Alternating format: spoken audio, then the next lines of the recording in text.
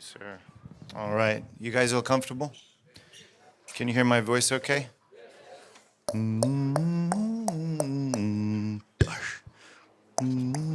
This is the waiting music. World War II. Didn't you love that prayer? Now that's how you're supposed to speak English. Oh my God, that's beautiful. Okay. Oh, I hope you're not hoping for one of those 10-minute inspirational sermons. I didn't come all the way just for 10 minutes, and neither did you. Are you? You guys, some of you guys remember coming here and listening to 10 or 20-hour messages, right? My God. Okay, everybody have their helmets?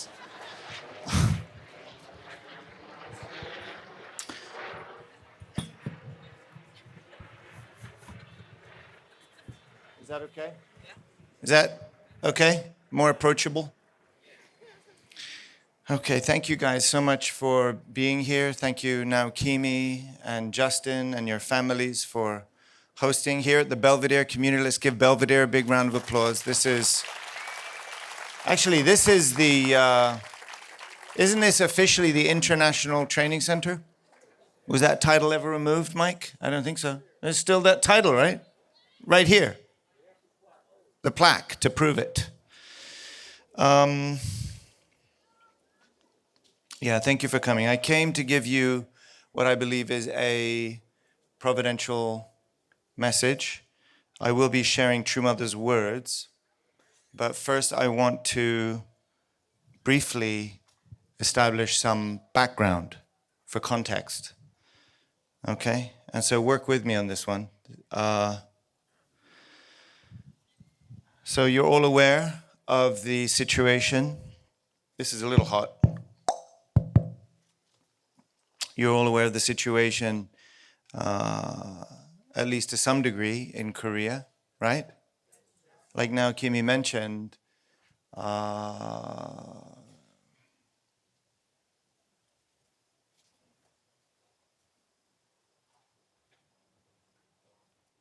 yeah. I really hope that our spirit from international community and from America and the rest of the world, I really hope that our spirit can be felt as an empowering, an embracing, and an encouraging spirit. I think really for our members in Japan, and now also for our members in Korea, there may even be a few from Japan and Korea watching. So what do you say we all look at the camera and make some noise and give them some encouragement? Round of applause, come on. You can do better than that!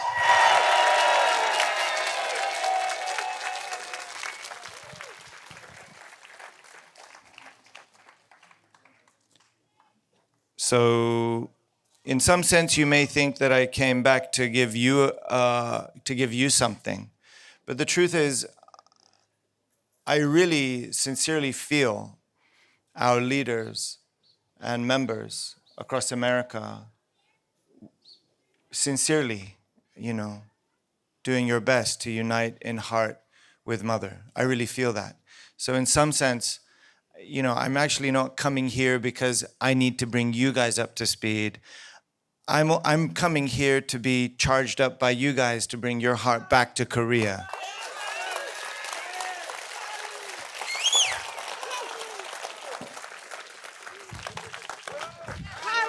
Hallelujah. Hallelujah. So, let me give you some background just for those of you that don't know. Because I went to say hi to some folks just before we started, and a few of you had mentioned it's like, it seems like we've been through a few months of radio silence. Honestly, my character, if you know me, the lawyers would be afraid of me always because I would want to, I just really want to go live and just tell everything all the time. So don't assume if I ever hold back that it's because I want to, okay? But I think there's more that I can share today. On December 3, 2024, President Yoon of South Korea declared martial law. December 3 of 2024, December 3. I remember actually being on the phone with Korea that very minute, and the person I was speaking to said, "Oh my God, Korea's just declared war." And I'm like, "What? What? South Korea just declared war? North Korea just, what happened?" But it turned out to be martial law. That, for any of you that know Korean history, it's a particularly sensitive nerve, because the last time that happened, a few people got killed. Not that that was the intention this time. There are several reports that indicate that the president of the PPP, that's the People's Power Party, PPP, President Yoon, he was the president that declared martial law, and apparently at the time he was really struggling to govern the country because very limited within the conservative power structure. Okay, so he apparently did this to somehow right some wrong. And some of you know about this, but it really doesn't matter so much at this point. The point is, it plunged the country into an unprecedented period of political crisis and turmoil. 6 months later, on June 3, I believe, June 3, the opposition party leader, Lee Jae-myung, was elected. So there was 6 months when really Korea did not have a proper government. And Lee Jae-myung, the current president, was sworn in the following day on June 4 of this year. So he is from the Minju Party. So that's like the Democratic Party, and the PPP is like the Conservative Party. There's other parties, but they joined together. During that time, you may remember that North Korea was strengthening and emboldening its ties and support of Russia in the Russia-Ukraine war. There's many, many, many more things on the geopolitical stage that would be worth laying out. Mother is certainly aware of them and concerned about it all. And in her words, she touches upon it lightly in a minute. But this is where we've been since December. Now I want to mention a little bit more about our church. So prior to that, prior to the martial law problem, both internal and external investigations into the conduct of a former leader, Yoon. He's the former leader. Many of you will have recognized him emceeing big events and stuff.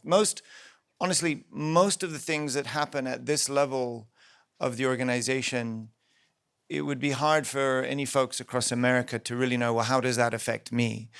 It does affect the worldwide movement. Of course, what's happening in Korea does affect eventually, but you may not have known, many people may not have even known his name, or you don't know what positions they hold. I know how it is. Even for the leaders, honestly, even for the national level leaders, all we want to know is, okay, where do we send our reports, you know? It's hard to stay on top of all of the twists and turns of leadership and governance structure at the highest level. So we just get on with loving our families and trying to build our communities. Nonetheless, he was a very high-level leader in the organization for some time. And after he was removed from his position, there was actually an internal investigation being conducted. We will not have known of that. I did not know of it. That means that there may have been some concern about misconduct internally, at least internally, if not externally. And by internally, I mean just a church problem versus sort of a legal problem or anything like that. But there was an investigation being conducted also by the police in Korea for certain allegations at the time.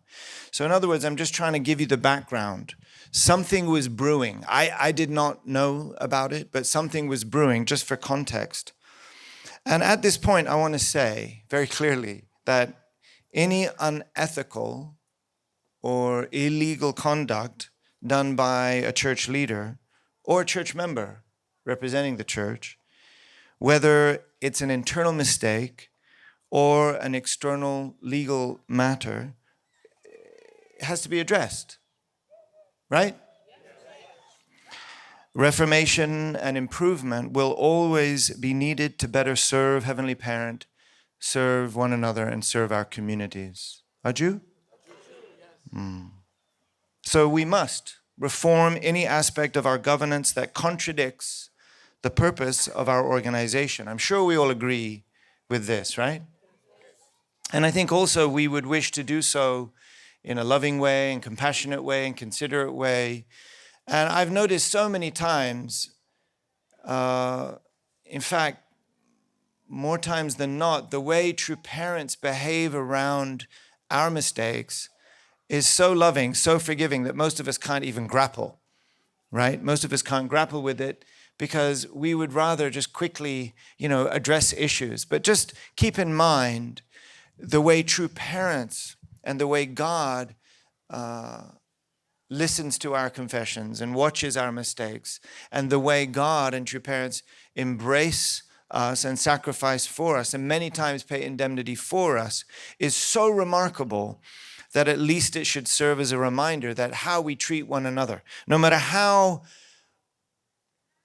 poor of a conduct we may find one another doing, just keep in mind, God has set the ultimate standard. Aju? But we can't pretend things, if there are things going on, we can't pretend they're not going on. We have to address things, right? So this is all just for context. But today I'm not here to talk about, what was going on internally. I still don't know, actually, even if I wanted to talk about it. I've heard some things, but I don't know, and I don't think that it's important at this point. There were certain things perhaps going on internally, and there may have also been things going on externally. So certain leaders, primarily Yoon, has been accused and even testified to doing certain things that influence, what would you say, political lobbying. This is basically what he's been accused of. And everything that's going on right now is actually based on his testimony. So I don't know what kind of deal or what kind of motive he would have to blame everything on Mother. I can't even imagine. And by the way, I know of major projects, great projects, multi-million-dollar projects, good ones, that he worked on for good reason, for providence. So it's actually not that the ends were even necessarily bad goals or bad projects, but the means to which he was reaching those ends. I can't speak to those things. But I know of many projects, I came to find out later, that he authorized and spent money on good projects and finished those projects before Mother ever even heard about it. So it's very strange, the idea of, him asking Mother's involvement for the purchase of a $30,000 handbag or something like this, or anything in that realm. And by the way, I've been watching closely, and if you're wondering, yes, Mother, Father, they're operating at such an extraordinarily different level that even when we talk about these things, it's almost like it's two different worlds. So the idea of Mother meddling in low-level political lobbying with intent is so ridiculous. Thanks, Bruce. So ridiculous. I mean, just ridiculous. But to those who would look with secular eyes, not necessarily. Quite possible, even probable, because it happens all the time. Happens all the time in Korea. I'll tell you right now one funny story that really kind of sells the whole thing, if you're wondering. It's like, I heard a story a couple of days ago of one of the leaders that was being interrogated. And this isn't really like highly confidential information. I think this was sort of a pre-interrogation walkthrough with his cell phone. And by the way, these guys are hardcore. They come to you, they take your cell phone, they take your computer, they'll take, some people lost their cars. I don't know why I don't know what they want from the car. But there's this one story that I just heard where one of the leaders' phones was being looked through for texts or correspondence with PP party members, with the Conservative Party members, right? Looking, because our church has been accused of supporting the Conservative Party in Korea, right? So looking, couldn't find anything. Could only find tons of correspondence with Minju Party leaders. Did I say that? Sorry, this is streaming live. We're in America, so we're going to... freedom of speech. So on this phone, so for all you watching, I'm not like pushing it on you, just, hey, it's a good thing if you want to know what it's like. It feels really good. As soon as I got here, I felt like I could breathe. I'm still not using the full lung capacity. It's like, you get tighter and tighter. Okay, so this was being explained to me. So just imagine the scene of this prosecutor looking through, irritated that he can't find any conservative names. All he could find was these, Democratic names, well-known names, contact information, correspondence. We don't need that. You're free. You're good to go. So, we have, as in America, I'm not going to do like a show of hands, but we have people from the full political spectrum in our own movement, don't we? It's the same in Korea. It's the same. And so some members support this, that, some leaders support this or that. So, are they interested in the truth? Are they interested in every little way that the church has influenced the political sphere? If they were, then they would be interested in all names. They would be interested in all correspondence on all sides, not just one particular party, which happens to be the opposition party. And, God, somebody on YouTube told me I've got to be careful what I say. They might stop me from coming back into Korea. By the way, I really love Korea. And so I love Korea. I love Korean people. I love America. I love American people. I just have a hard time,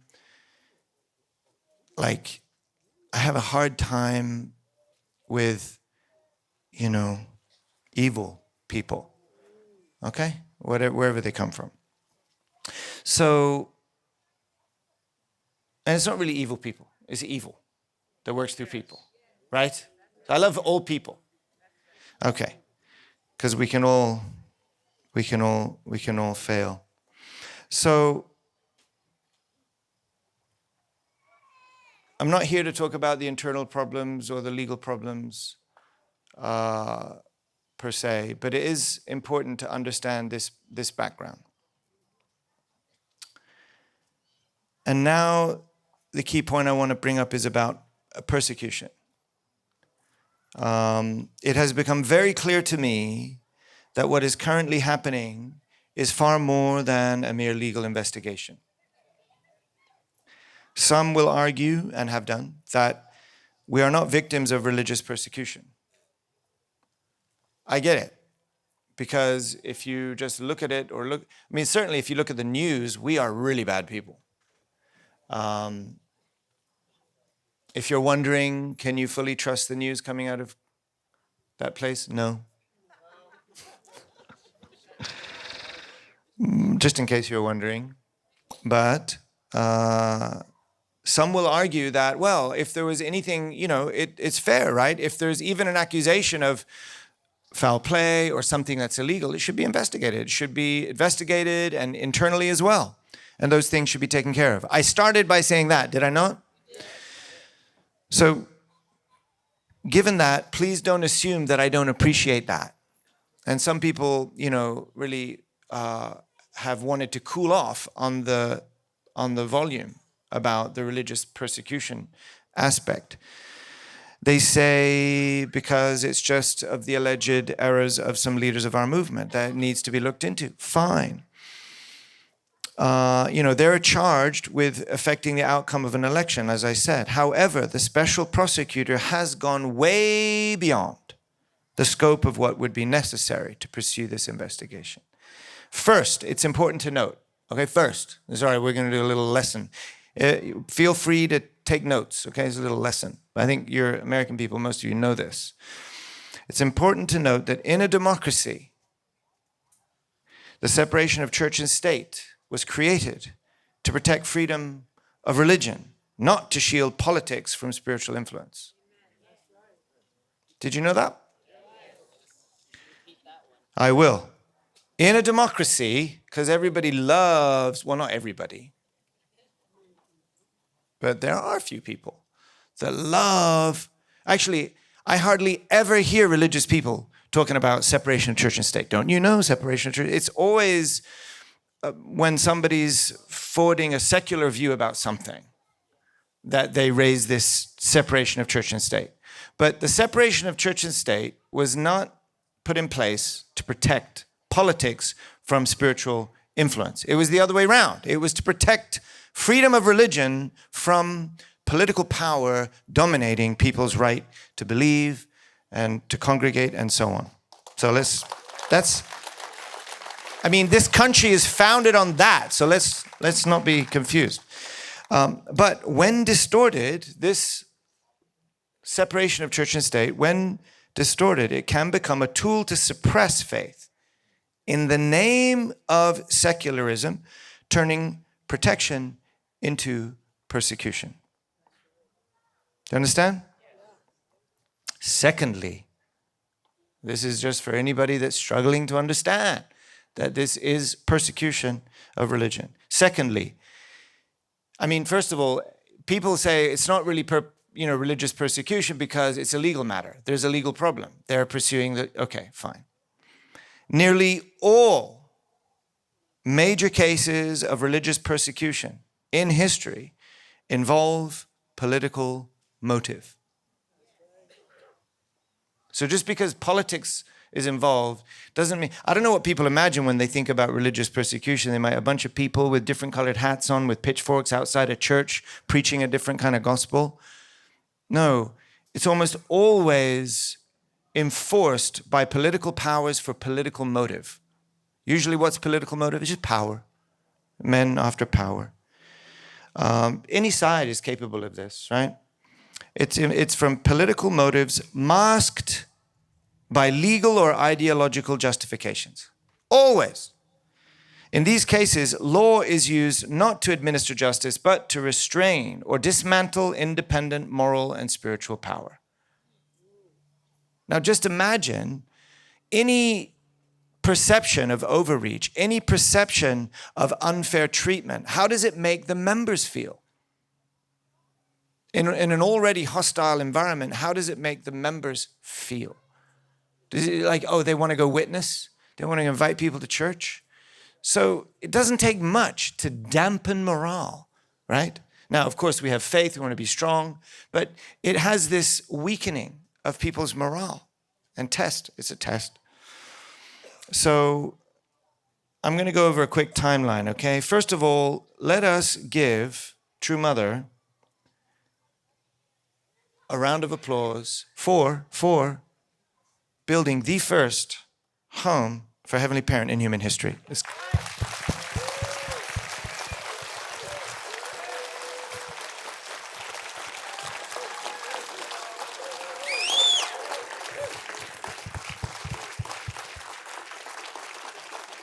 That was April 13. April 13, the entrance ceremony for the Chonel Sanctum of the Chomwanggung. Aja!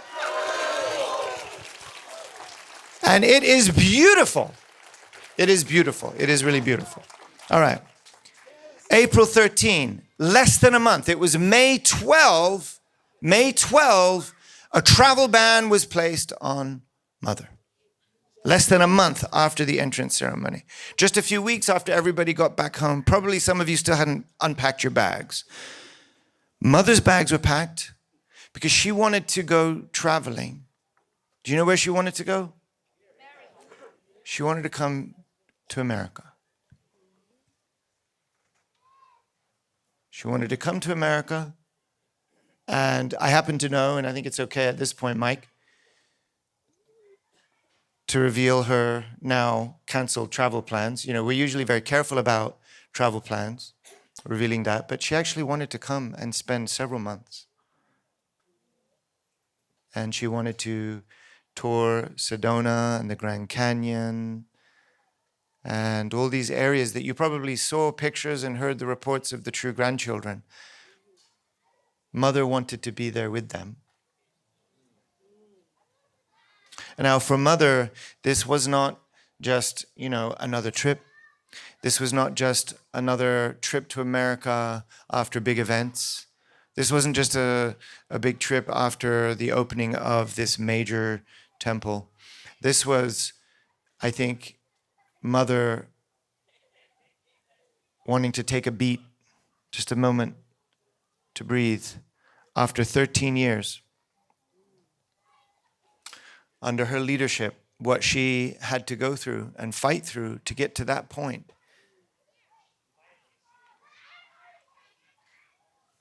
The leadership around Mother at the time were desperate to lift this ridiculous travel ban.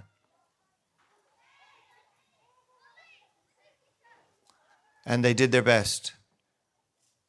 But finally they had to let Mother know. The sad news is Mother already had her bags packed. I mean, she must have had her hair done. She had her travel clothes on. She had her bags packed for sure. And within just hours of the departure time, because they were working right up to the end to try and solve this ridiculous problem without even having to bother Mother about it. And you can understand, because you don't want to burden Mother. But she found out, you know, I found out about it before she did. I think I was the only one outside of a small group of 2 or 3 people, because she was due to come to Las Vegas and I was there waiting for her. And there was certain things that they were hoping America could help with quickly to try and lift this ban before it became a problem. So I was also requested not to tell anybody, and for good reason. You know, because it's kind of like very strange. What is this? And then if media picks up, they make something out of it. It's just not good. And so they wanted to really protect the information, but that's to protect Mother. It's not anything else. And there's a lot of things that get said about leadership. But honestly, anybody that's led anything, you know that once you're responsible for something, your perspective is slightly different than looking from the outside. And you're the one that has to be responsible to make those decisions, right or wrong. Right now, Kimmy, you got to make those decisions. So that's why, you know, all we can do is really do our best to pray for and support leadership and try to fill in the gaps that we find they may leave behind.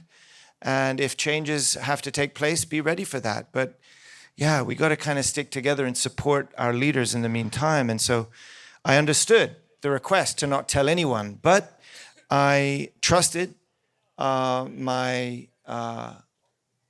anointing and my responsibility, and I brought a trusted group of people together. I built, by the end of that week, a small team of trusted advisors. Sorry if you weren't among them. There's actually many people here that could have been brought into that group, but I just brought in immediate, current and just former leaders who are all uniquely equipped to help me understand what was going on in Korea and what we must do. I'll tell you who was in this group. This is still an existing group. Dr. Ki-Hoon Kim, Attorney Gerard Willis, Attorney William Lay. God bless you, Bill. We love you. Let's give it up for Bill.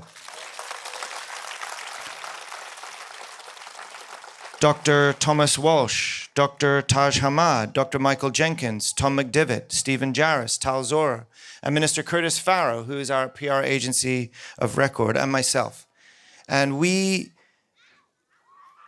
worked hard with some scraps of internal information and whatever we could glean from the news to figure out what would we do if this was happening in America? What is it we might possibly do to support from America? Now, I happened to find out later that similar things were going on in Japan and Europe, but actually the only people that were being listened to was America, and that was largely because we have some very influential friends that they were hoping to get some help from.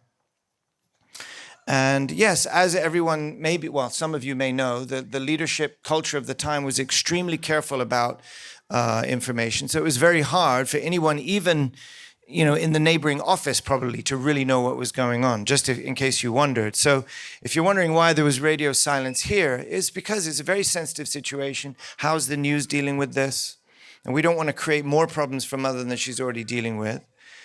But from the very beginning, you may wonder, what is it that America was advising? Now, this isn't to judge anyone, but I just want, this is as transparent as I think I can afford to be here. There's about 20 things we advise. I'm going to read to you the top 10 things we advised immediately. 1, assume the worst case scenario. Do not make the mistake of thinking that they're not going to go after Mother. And even then, what's the worst case scenario?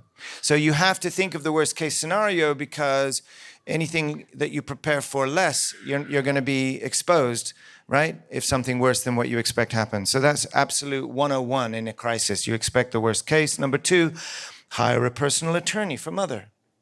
Now that might it might look like suspicion of guilt just doing that. No. There is a very real legal case being mounted. There's legal accusations being made against the movement. The first thing you need to protect is Mother and her, executive team, of course. But hire a personal defense attorney for Mother to shield her first from everything, and without any conflict of interest, right? Number 3, hire a crisis communications firm. That's not a PR agency. PR is the kind of stuff that's like good weather stuff. Crisis communications is like bad weather stuff, okay? That's one way of thinking about it. Number 4, appoint a spokesperson.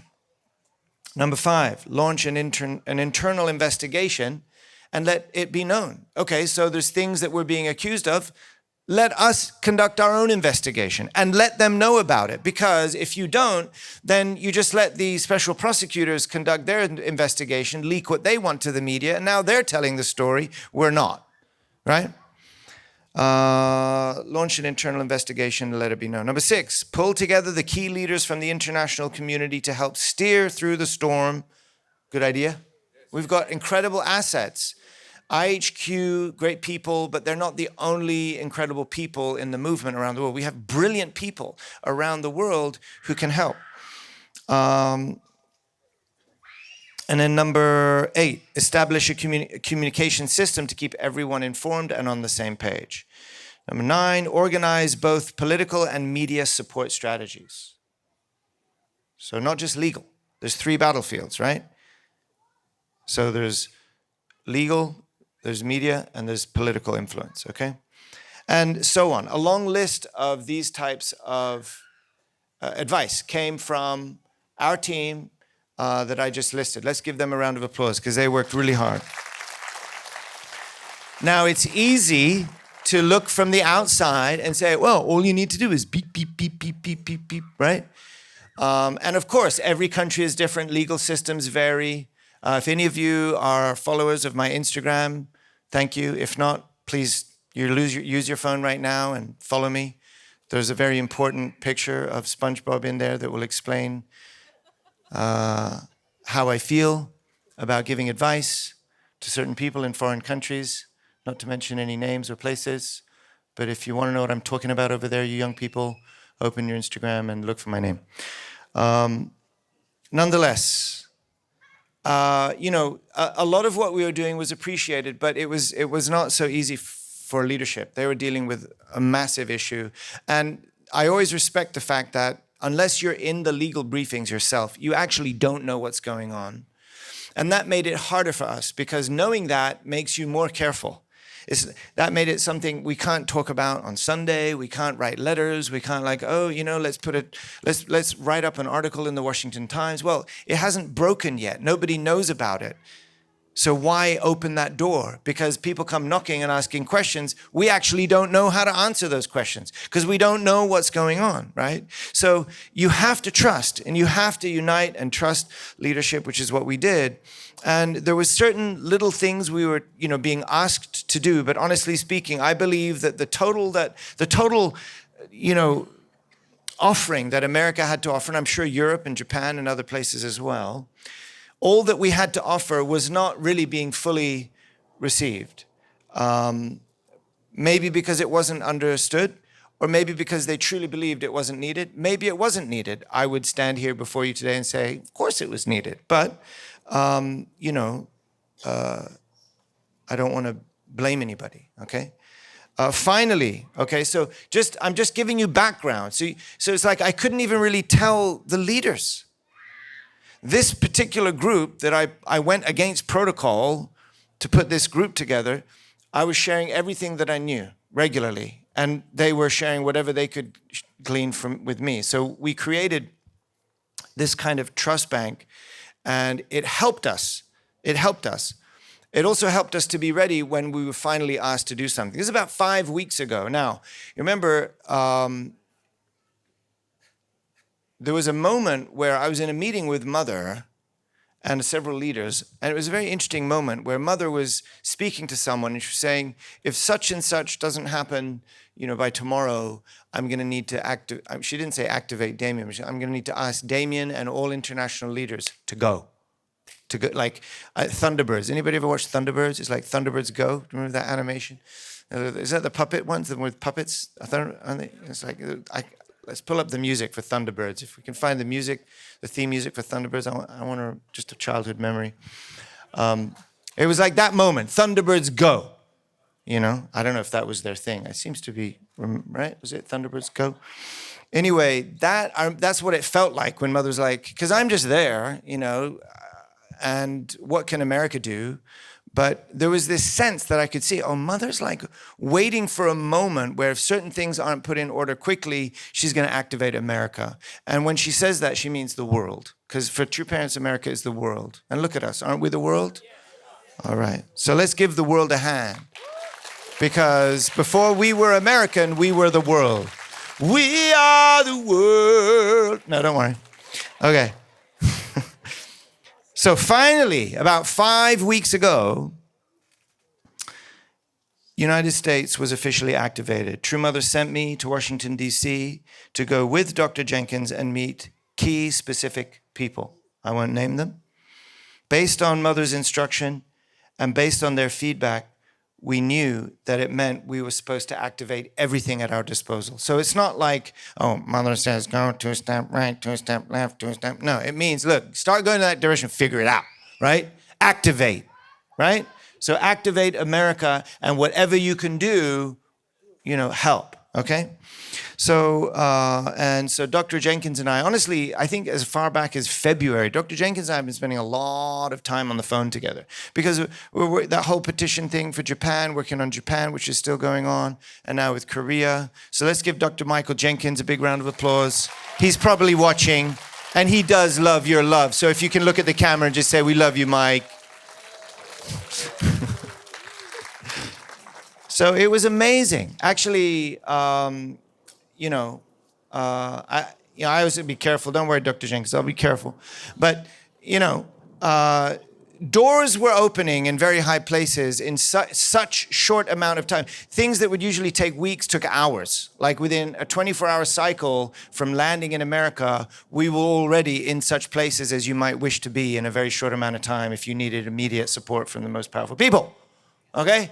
So that is a testimony to, of course, our leaders' relationships, like Dr. Jenkins, like Minister Reiko Jenkins, and others who have, we've got Dr. Walsh and Taj Hamad, these elders who have created such incredible foundations with VIPs in America and around the world.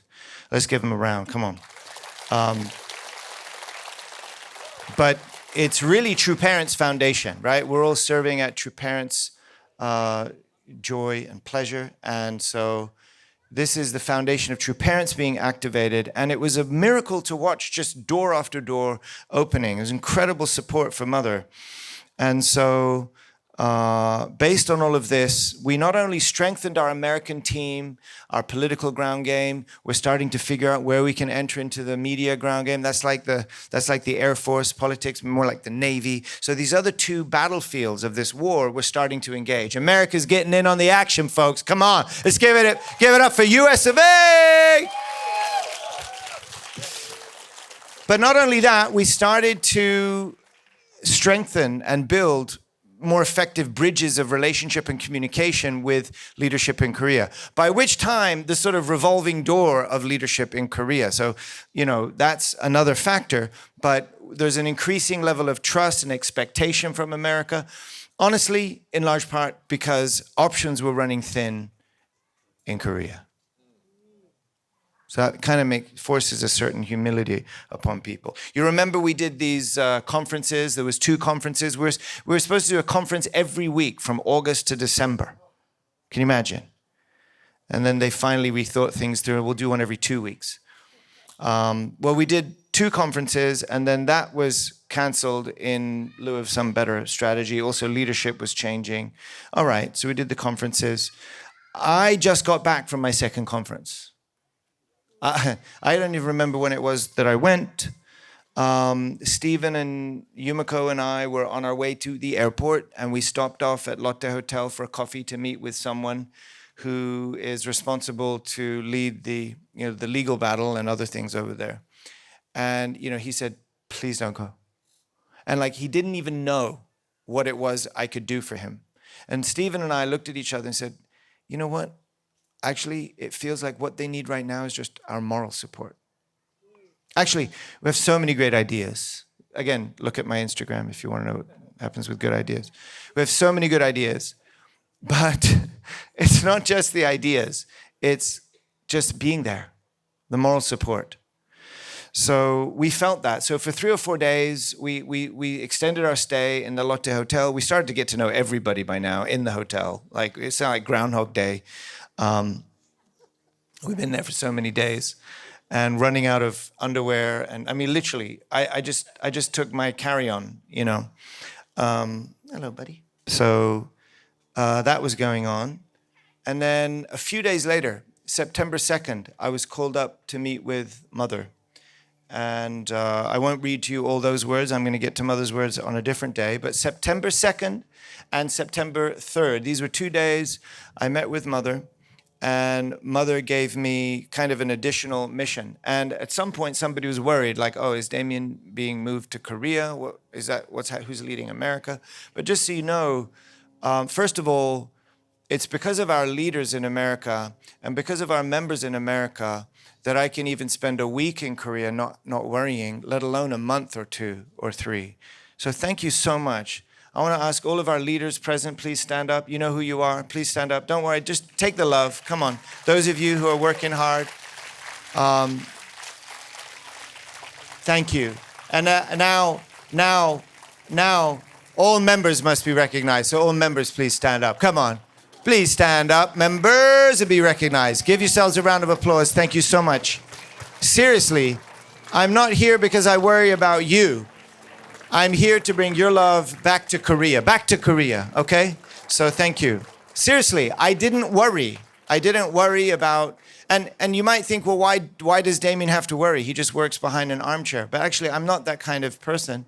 I'm really kind of hands-on with a lot of things, sometimes too much, right? Because I really want to understand many times in detail, and I want to be able to touch every part of the organization if I can. So to not be here is significant. To not be, we had weekly meetings. We have those weekly meetings, but it was a real testament to your guys' unity with True Mother, in my opinion. So thank you so much.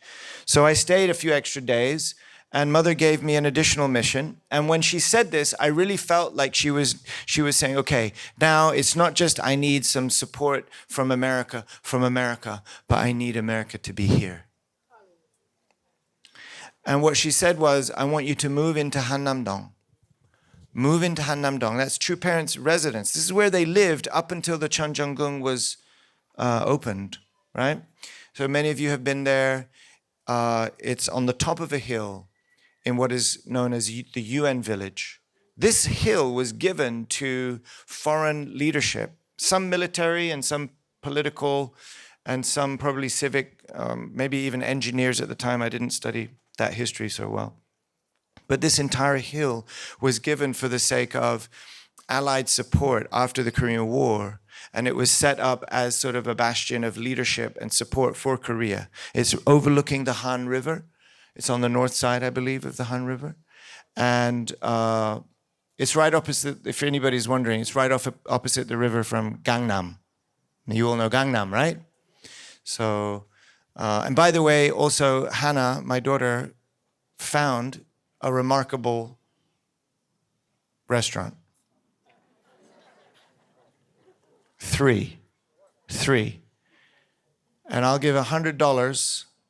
I don't even have $100 in my pocket, but I'll figure it out. I'll give $100 to anybody that can guess which restaurant this restaurant ripped off. Like they copied another restaurant.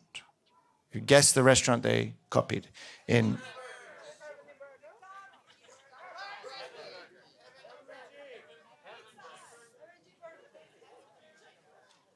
Well, I heard Chick-fil-A. I hear a lot of people. Heaven G Burger. A lot of people saying Heaven G Burger. Who was first to say it? Who first said Heaven G Burger?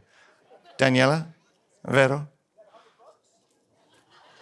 I didn't hear it. I didn't hear it. Anybody say it. In and out. In and out. Any Californians here? Oh, only one, two. Does anybody know what I'm talking about? I know you think like Five Guys is really great, but In and Out is where it's at for me, and it happens to be True Parent's favorite burger, Father too, before he went to Spirit World. So I'm sure he's eating some In and Out up there in the Spirit World, right, Father? Yep, In and Out. So my God, I'm getting no Western love here. Easterners, Northeasterners, cold Northeasterners. What is it you all eat over here? Dim sum? What is it? What's you're into? Just McDonald's? Five Guys? Shake Shack? In and Out is delicious. And Hannah found a restaurant in Seoul, and this guy literally loved In and Out so much, he ripped it off and rebuilt it under the name Cry Cheeseburger. So check it out next time you're in Seoul. Thank God, Mama, I just saved $100. Okay. Not really fair, is it? All right, so True Mother gave this mission. Now, Stephen and I are there. Stephen, God bless. Stephen Jarris, if you're watching, it's late. You should get to sleep.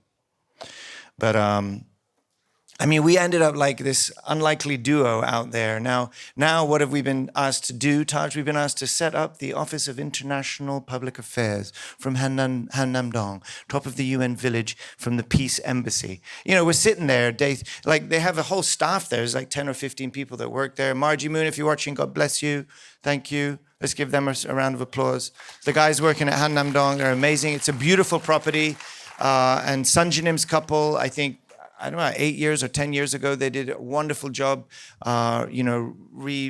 renovating it. It's wonderful. It's the garden is beautiful. And Mother said, please go there and please meet, please invite, ambassadors, VIPs, just love them, serve them, embrace them, let them become like our family.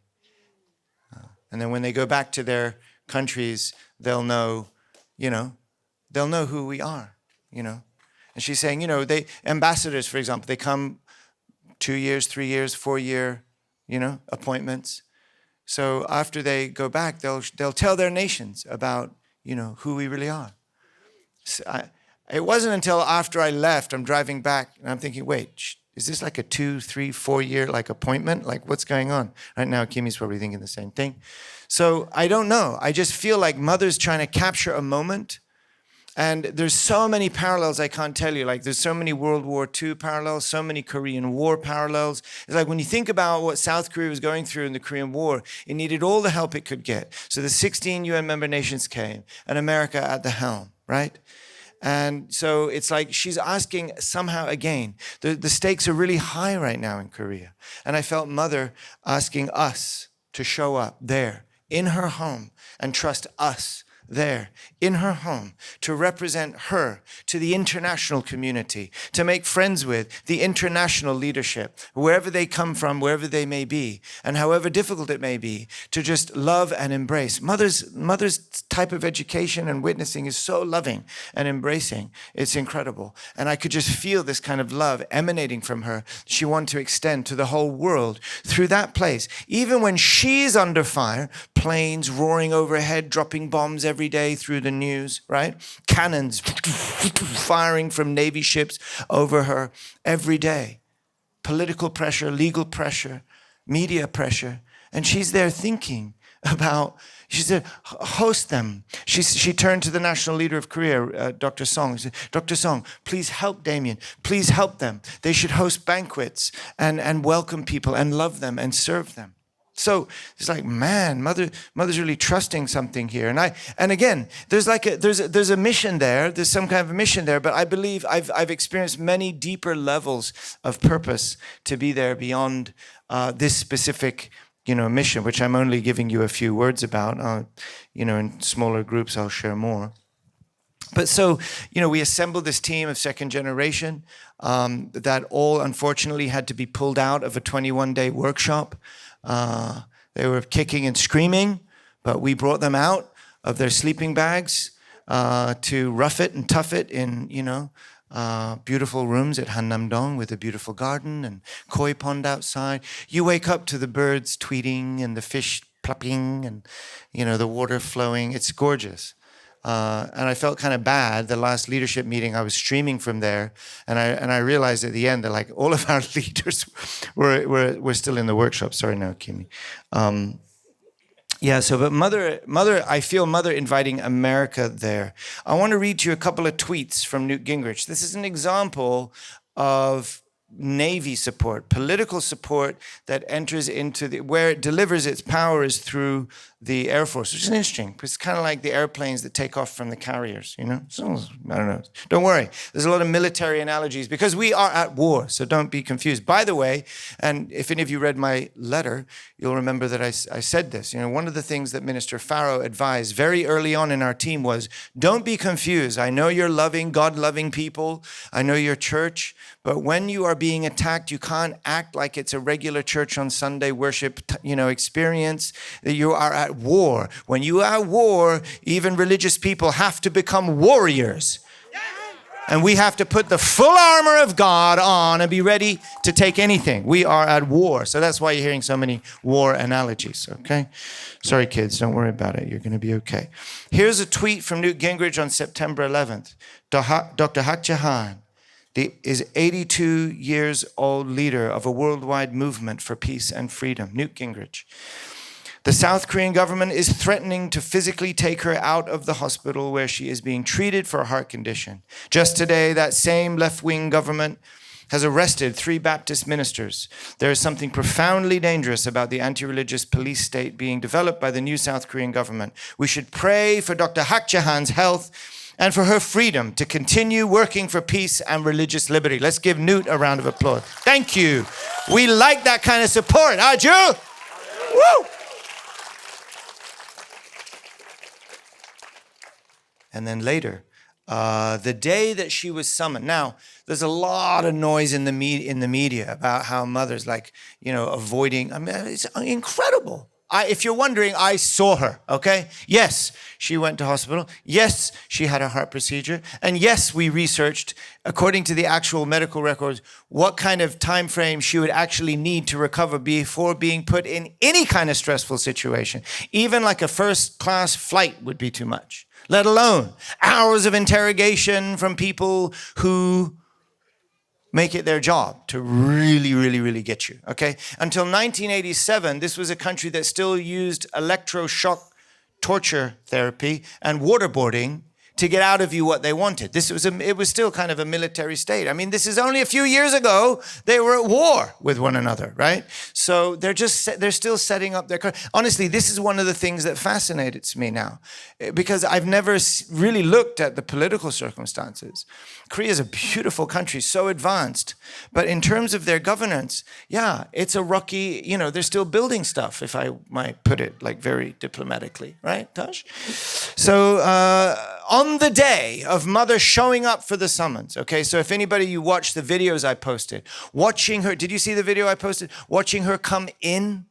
When she came in, there was 2 female reporters, and they have a clump of microphones, because the way it works is they don't allow everybody just to swarm you. There's 2 representatives, and they have like 10 microphones each, streaming wirelessly to a bunch of different cameras, different media outlets. So I don't know how they choose who gets to be that day, the 2 representatives, but 2 journalists will onboard everyone's questions, and they'll ask the questions. So that's what was going on. She was coming in, and they pounced on her, but it was nothing like coming out, if you watch the other video. They pounced on her, but she was able to just make her way through. Nobody was blocking her way, right? And these 2 sisters asked some tough questions, and what did she say? She said the first thing, she said, "Thank you, even though it's raining, thank you for your hard work. Please wait, later, I will share everything. Please wait. Thank you for doing your..." There's been no kind reporting. Mother watches the news every day. I don't know what it does for her health. I wish she wouldn't watch the news every day. But there's nobody out there in the news in Korea, by the way, saying, well, maybe maybe we should at least question. No, nothing favorable, really.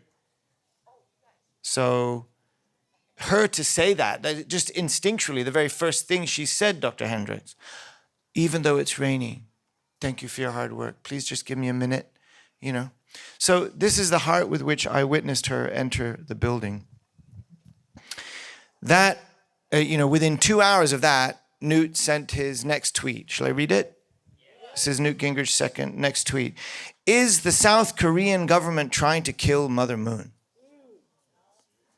The new left-wing South Korean government is attacking many religions, but they seem insanely intent on destroying Mother Moon. She is an 83-year-old world leader with supporters in over 150 countries. She works for peace and religious freedom. She has been in the hospital with a serious heart condition, and the persecutors, not prosecutors, of the left-wing government want to interrogate her at the risk of killing her. It is inhumane and should be stopped immediately. Let's give Newt. It's amazing. There was other tweets, I think you saw even the kind of support that was trying to come out of the White House. You see the support also. We got a tweet from Pompeo. These tweets are already up to over 1 million or 1.3 million views. And go in there, go onto X, follow Newt, and actually spend some time looking at the comments. Look at the comments in response to his tweet.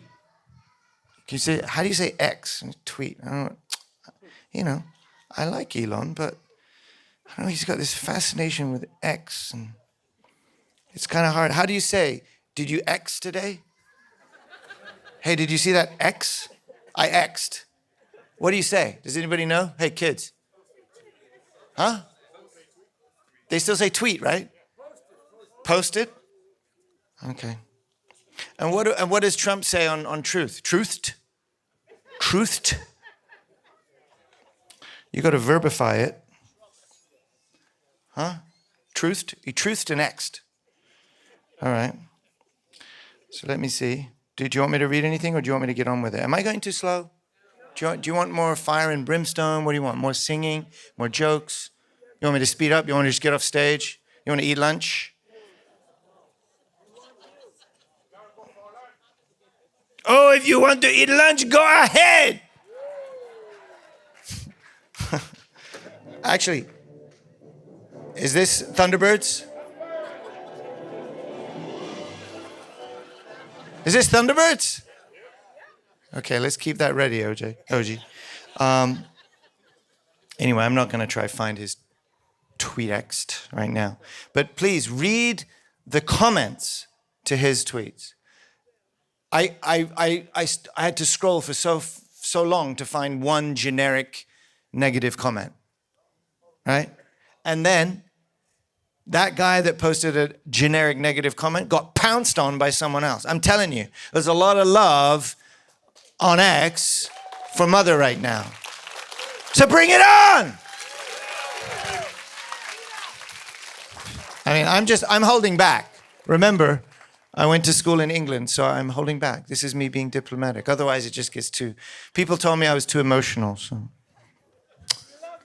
Yes.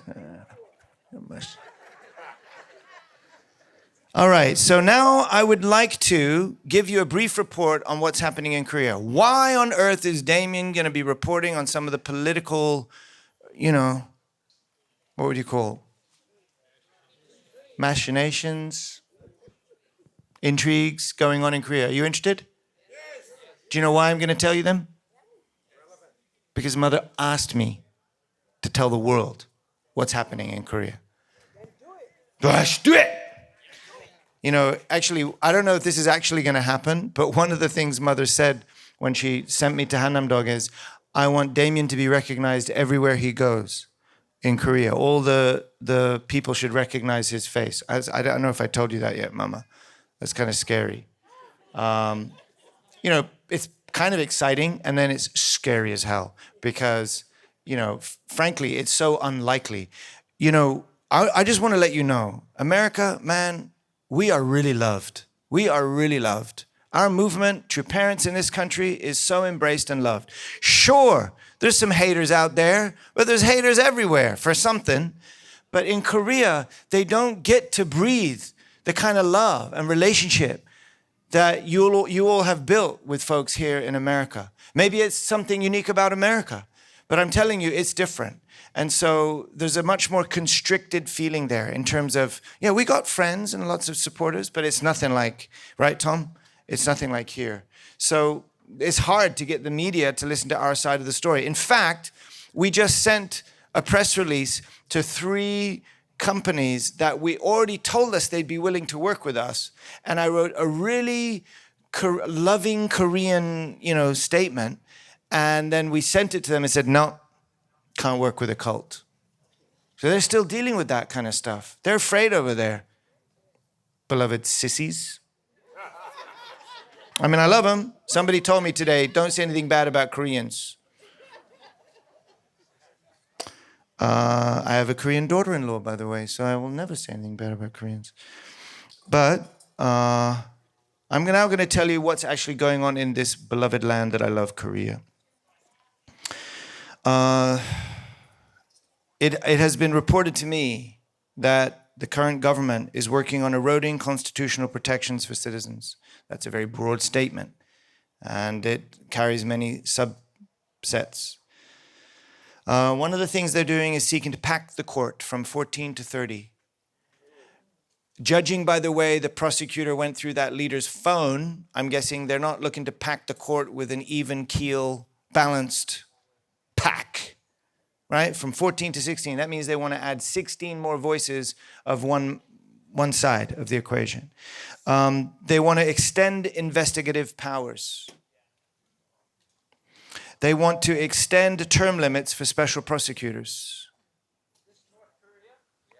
Sounds like it. They want to appoint people to the boards of media companies. Assuming, I mean, first of all, do we really want so much politics involved in our lives? And then if we did, let's have balanced politics, right? If possible. But just one side or in all that. So constitutional electoral system. The presidential term in Korea is currently 5-year term. The current ruling party seeks to allow re-election. They want to change to a 2 4-year term, which if they pass, and they have the ability to pass because they have control of every house right now, the current leader will have been in power for about 10 years. seems convenient. Voting rights, you should know, foreign permanent residents, for example, Chinese nationals, multicultural families, may vote in local elections. Not national, but they can vote in local elections. Okay? But it seems, I've heard several reports that indicate that it's easier for people to enter from China than elsewhere. Okay? We love the Chinese. Okay, because America's, one of the funny things that happened the other day is the Koreans were here on the tour with the true grandchildren, and the brother taking care of them, he had like a free afternoon, and he wanted to go get lunch. It's New York City. You can eat anything you want. So I was like, okay, hey, what do you want to eat? Oh, I want to eat American food. And I said, okay, so what do you want to eat? Oh, I just want to eat something American. Great. So what do you want? Chinese, Italian, Korean, Japanese, Mexican, right? What do you want? Portuguese, Algerian, Moroccan? We got it all, bro. And he's like, or just McDonald's.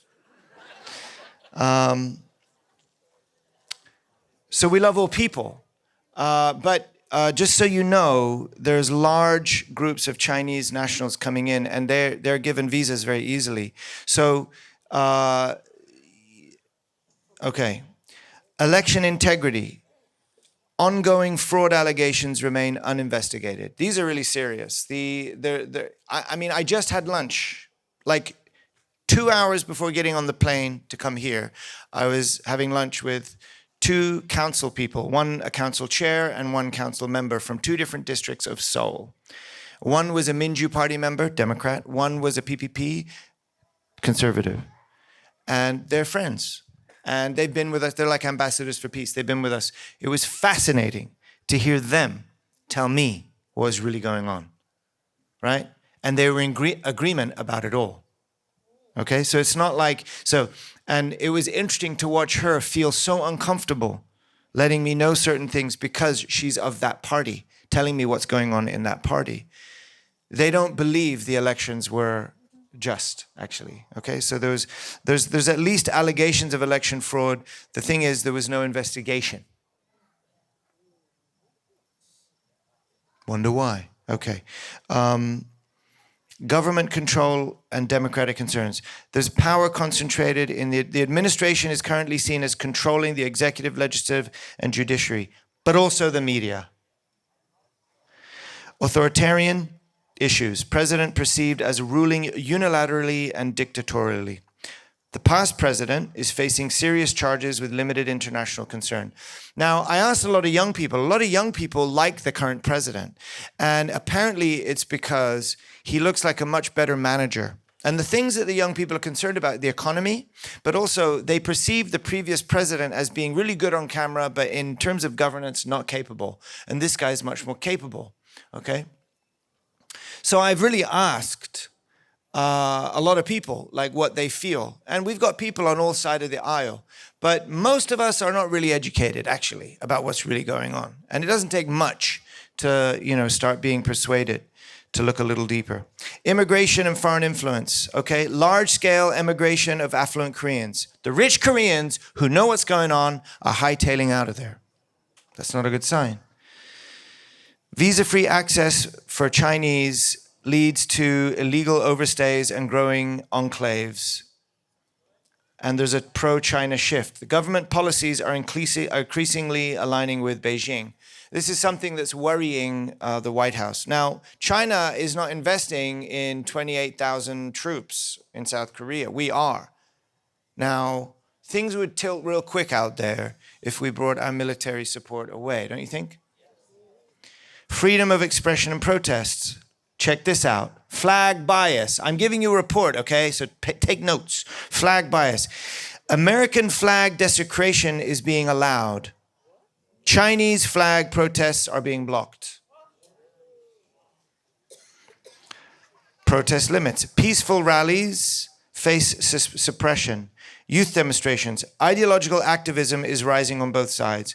International relations. Foreign support. Claims of Chinese backing for current president. I mean, I've seen so much on this. And right now, Massimo Introvigne is in Korea. If you've read, you gotta follow bitterwinter.org. If I post an article, read it, follow it, take it, study what's really going on, okay? Diplomatic alignment. Korean National Assembly Speaker joined meetings with Xi, Putin, and Kim Jong-un.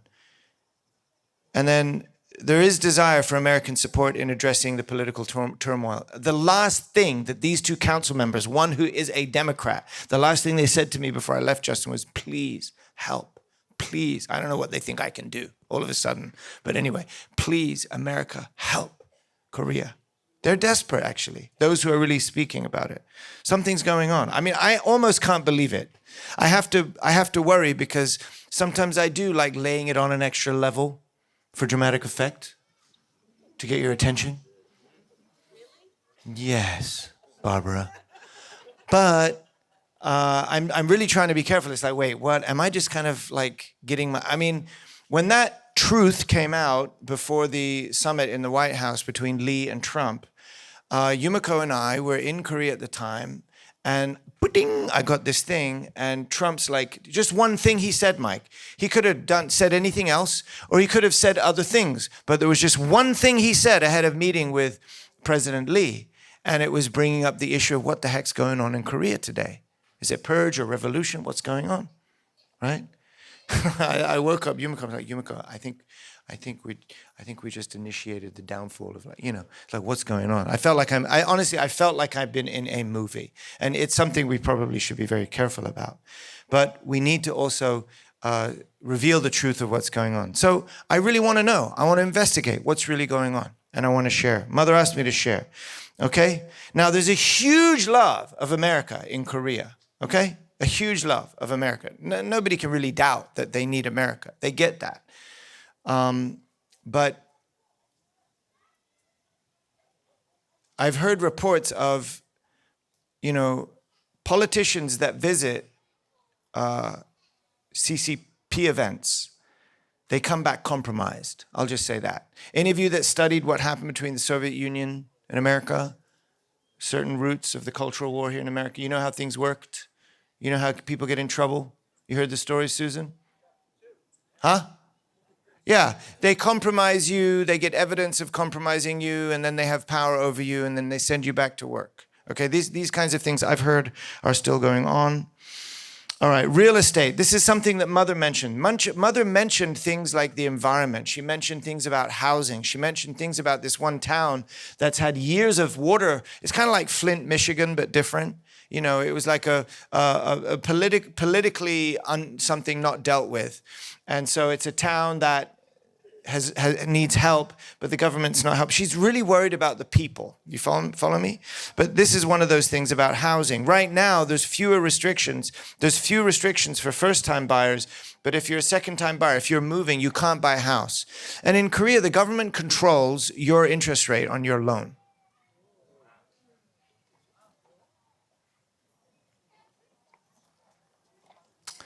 The government-directed Financial Supervisory Service chairman is appointed by the president. So everything is constricted with one ideology right now. Religious issues, persecutions, there's arrests of religious leaders, Sege Church pastor, our people, and cross-party sympathy. Even Democratic officials acknowledge now the injustice, with one stating, and this is the lady that I was eating lunch with, only God can help us now. I was so saddened to see True Mother's humiliation. Now, did I explain myself? Did anybody see that video? Did anybody read did I explain myself? Like, now, Kimi, one of the reasons that you were brought to Korea was because apparently there was going to be some rally. Should a mother be summoned, there was going to be a rally. But actually, we were advised, I think by either the special counsel or in combination with our lawyers, to not bring a ton of people because it might be sort of endangering. So we're so good. I mean, we've been so cooperative, actually. Not just the new leaders. I mean, even the previous leaders. Everybody's been cooperative, frankly. And maybe I've even heard from one of the lawyers, we've been too cooperative, actually. And so you saw the video of Mother coming in. Now, I was waiting with Dr. Jenkins, Stephen Jarris, Reverend Chang from KEA, Washington, D.C., who's been out there working with the PR team for months. We're standing there closest to the corner from out where mother would come. I didn't know she would be in a wheelchair on the way out, but it made sense. It's like a 9.5-hour session, okay? And she came out, and I was there standing for hours, Susan. So I was thinking, what should we say? I was asking Dr. Jink, what should we say? At one point, I realized I came up with a new song. You want to hear my new song? Holy Mother, Han, beautiful. That's as far as I got. I was thinking, should we start singing this song? Like there's like 100 media, like all their cameras like firing at you. All these guys, they're standing there all day waiting for this moment. Like vultures. I don't know if that's how vultures sound. They sound. Right? Is that right? Is that good? Sound effects, free of charge. You know, I actually went up to a couple of them. I asked Reverend Chung, please tell them, listen, if you really want to get an answer to the question, just remember she's exhausted. If you approach her as Holy Mother Han, if you speak kindly, she may answer your question, right? Oh, yeah. Okay, right. Anyway, what happens next is absolutely appalling. And by the way, we've been in this building all day. There's hundreds of police. I noticed they all stand in groups. Like, it's not like there's 2 here, 2 there, 2 here. They stand in groups, Mike, of like 50. And then beautiful, their uniforms are sharp. Nothing like the Italian police uniform, nothing. But they look sharp. They're really showing off these uniforms. I didn't see them doing any kind of work in terms of like surveillance or security. And wouldn't you think that the most high profile person in the investigation, I mean, maybe they would consider the president and first lady to be more high profile, but I'm telling you, Dr. Hak Jahan in South Korea, people are shocked. And the media knows this. So they're all there waiting for her to come out. And they've got 2 new reporters, not the 2 girls that were there in the morning. This time it's 2 guys, and they've got their clumps of mics each, and they're standing there like, you know, like, I don't know, Nutcracker Suite statues. And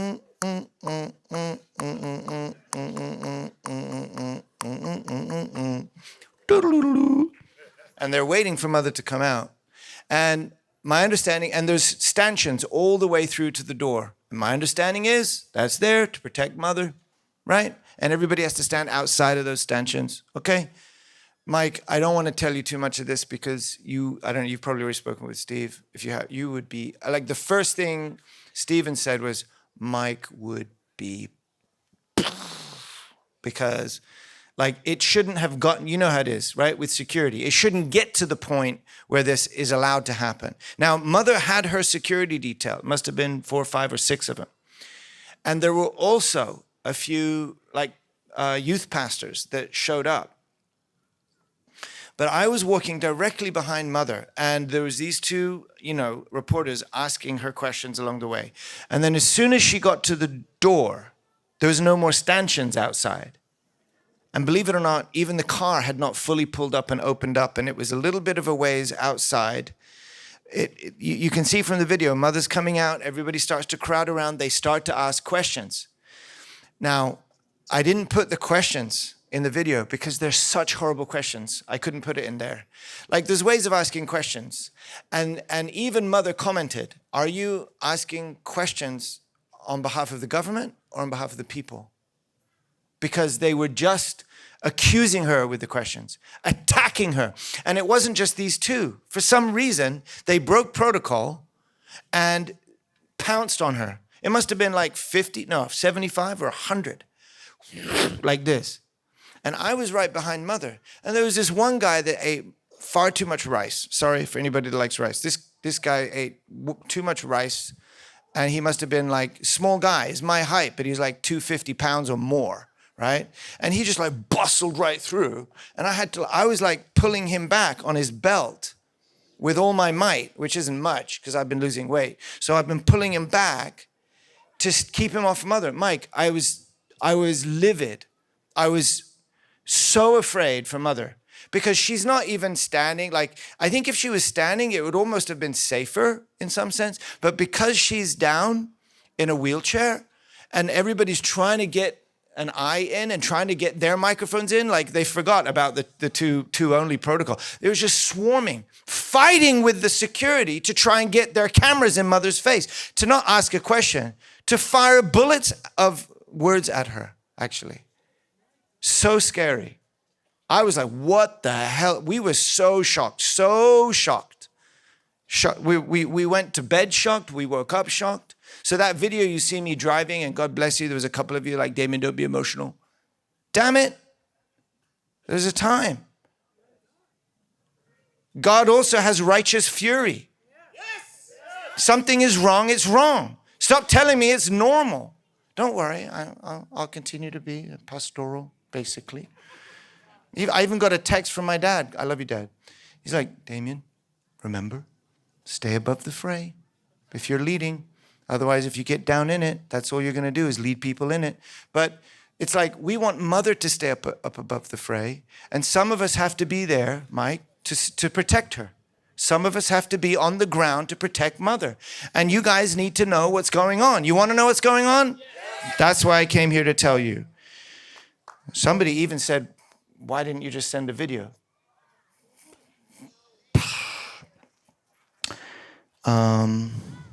All right, so political climate. Opposing views are being suppressed across parties. There's religious concern. This is a shared concern over religious freedom. The overall assessment right now of the situation in Korea is a national crisis. The country is described as being in an overall state of crisis, public anxiety. Citizens feel anxious with nowhere to turn for protection. The worst possible state. The current situation is characterized as the worst possible condition for the nation. And consider, it was already 6 months of destabilization. I mean, they were like on a roll of impeachments. Let's get rid of that guy. Let's get rid of that guy. I mean, there's only one president in the history of this country that didn't either go to jail or commit suicide after their term ended. Only one. Moon Jae-in. Only one. I mean, did you know that? Yeah, that's why you go there. Oh, no, don't worry, it's normal. Normal doesn't necessarily mean it's okay. And normal doesn't necessarily mean right. We have to assume that they're still trying to get things right and develop things. I already heard as of 5 years ago that young people in Korea were sick and tired of the prosecution. Culture of prosecution. Every 5 years, they're going to prosecute the last one. Go through a year of prosecution. Keep telling each other how bad they are, right? And then, I don't know, they put people in jail for terms of 10 years and they let them out after a year. It's almost like the whole thing is a little bit of theater, in a way. But it's pretty darn painful theater. And to rope mother into this, unacceptable. Unacceptable, right? So, what's the current situation? Current situation is the so-called special prosecutor. Tyler, have I said anything dangerous up until this point? Not too much? Turn it up, turn it down. Am I okay, Taj? The cameras are rolling. I don't want. More is better. Well, Tal's from Israel. She's like fearless.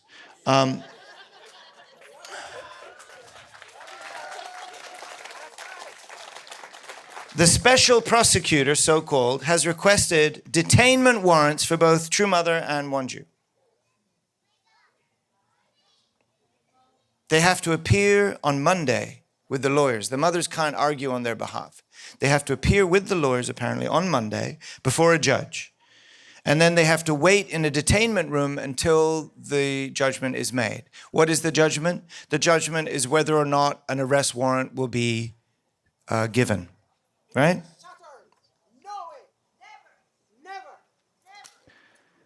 Now, even just to sit in this detainment now, I got a picture of it, Mike.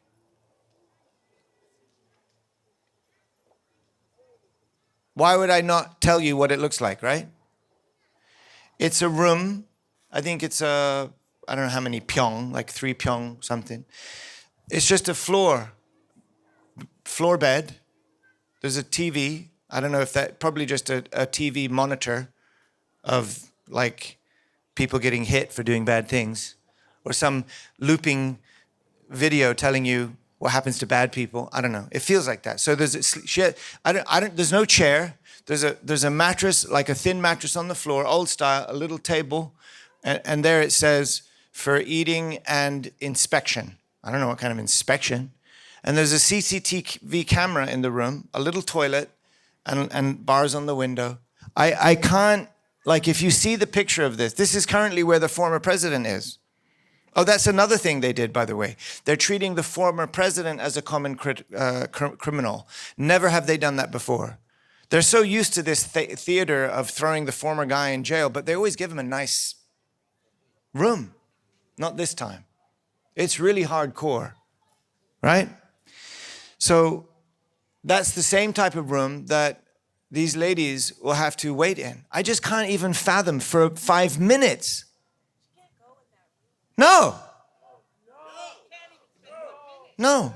But actually, according to the law, you have to wait there until the judge determines whether or not to issue the warrant. This is circumstances that she's facing now.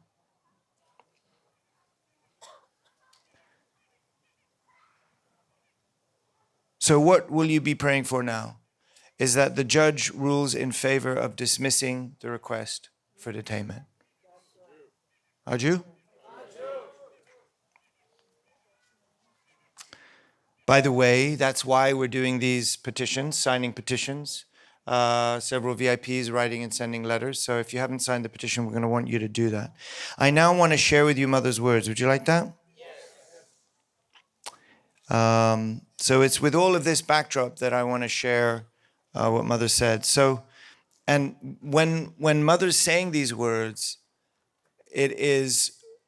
she's at the same point, okay? So I'm not going to tell you exactly when this meeting happened, but it happened after all of this that I shared with you. She's aware of it, okay? So it's the most current.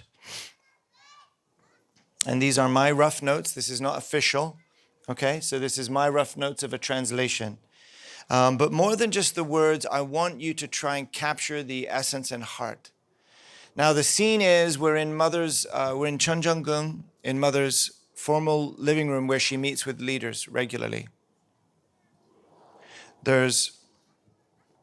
Her chair now faces this way down the length of the room, and then there's 4 settees, I think you would call them. Beautiful, gold kind of settees. Like that. 4, 2 on each side.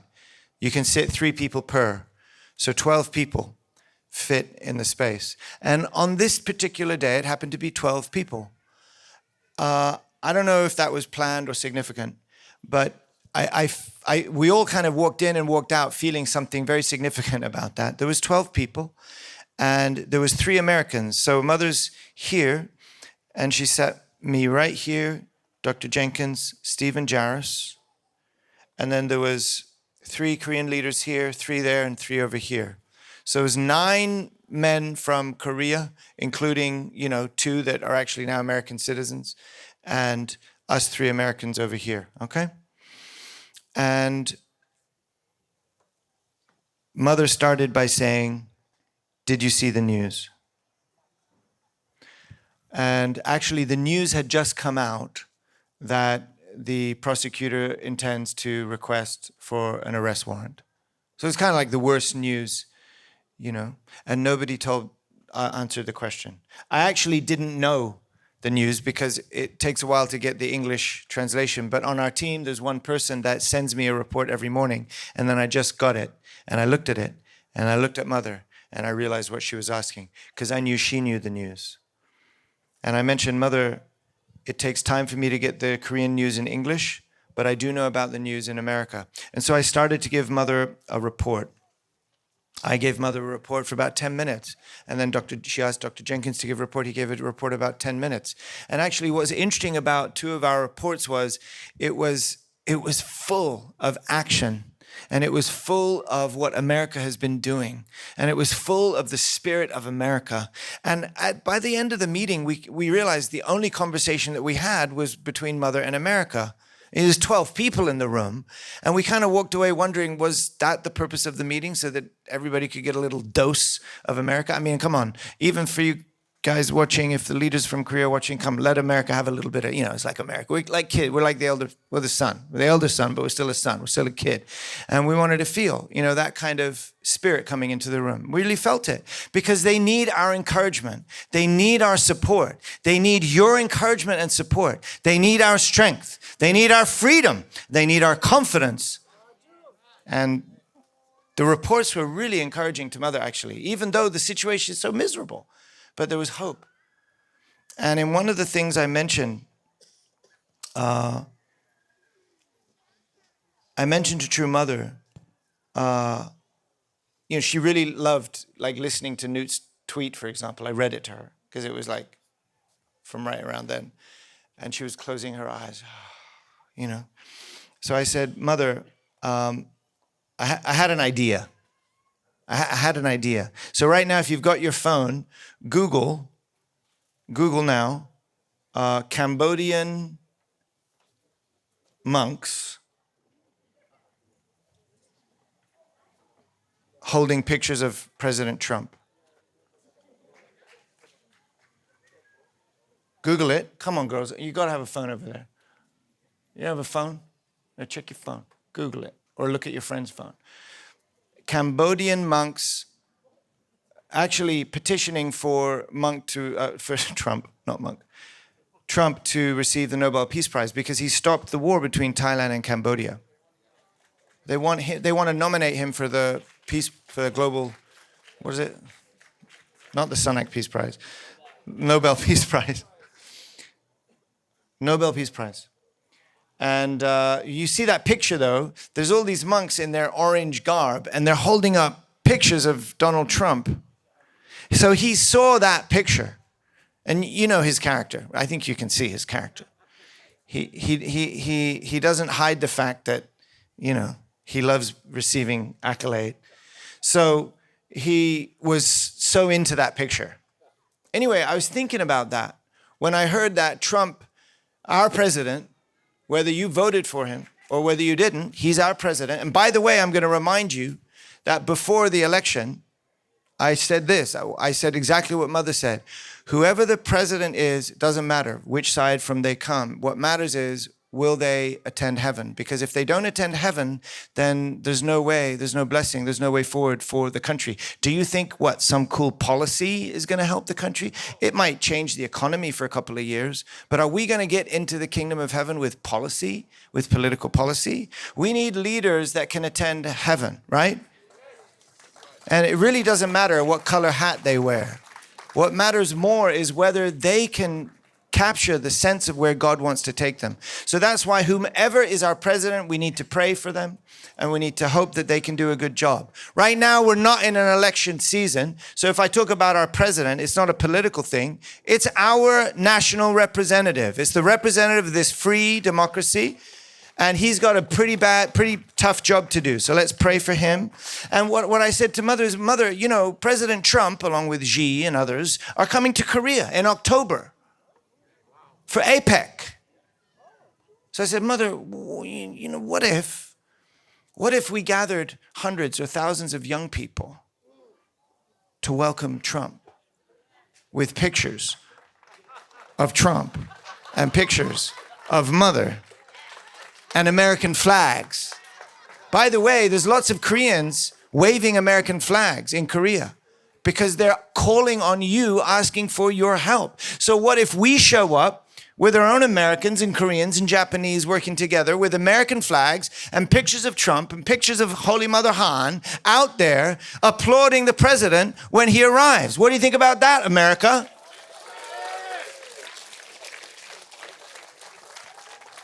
Shh, don't tell anyone unless some of the others get the idea and do the same for Xi Jinping. Anyway, I just said this idea. Okay, then Mother started to speak. Now, I don't know what's going to happen when I read these words. It's kind of a lot of words. You guys must be exhausted already. Look, if you have food in your picnic baskets, eat. If you need to pee. All right?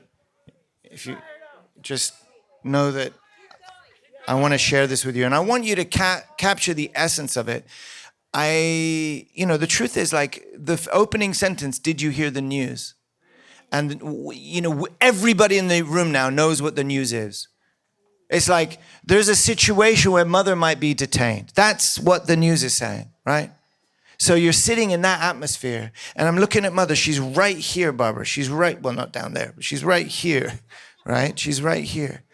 And she leans over on the left side of her chair, and she starts speaking. And she's speaking with this soft voice. Like, honestly, like, it's like the bombs are literally going on around. I don't know, I shouldn't go too far.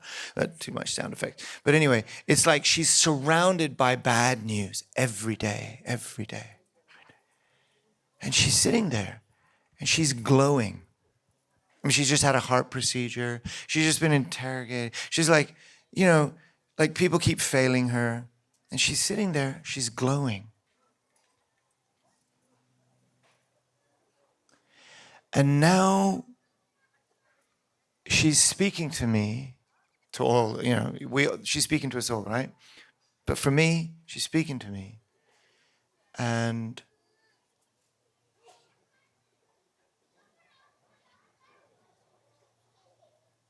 I just felt the need to say to anybody watching from Korea, I really don't know everything that's going on.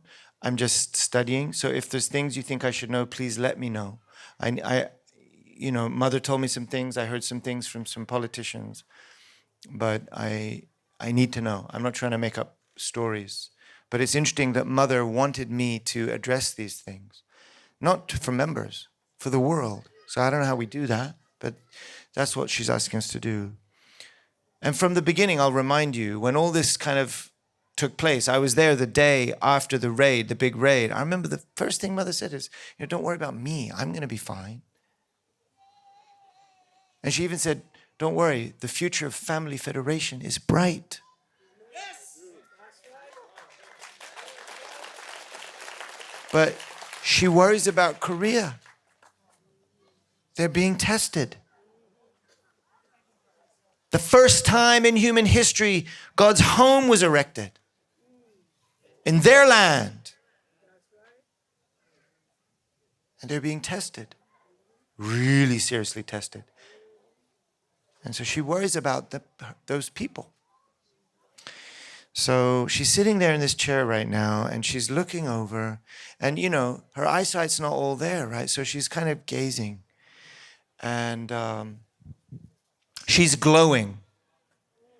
Mother's glowing.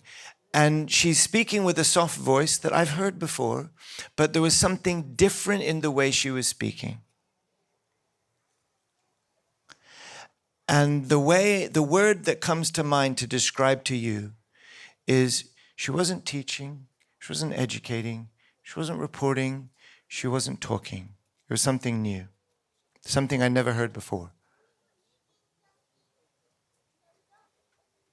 Reminiscing. And there's something about the tone of reminiscing that makes you feel like it's the last time you're going to hear this story.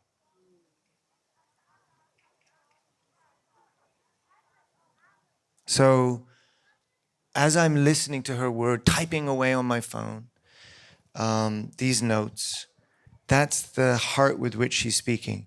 She's speaking a little bit softer than usual, a little bit slower than usual, and more like a reminiscing.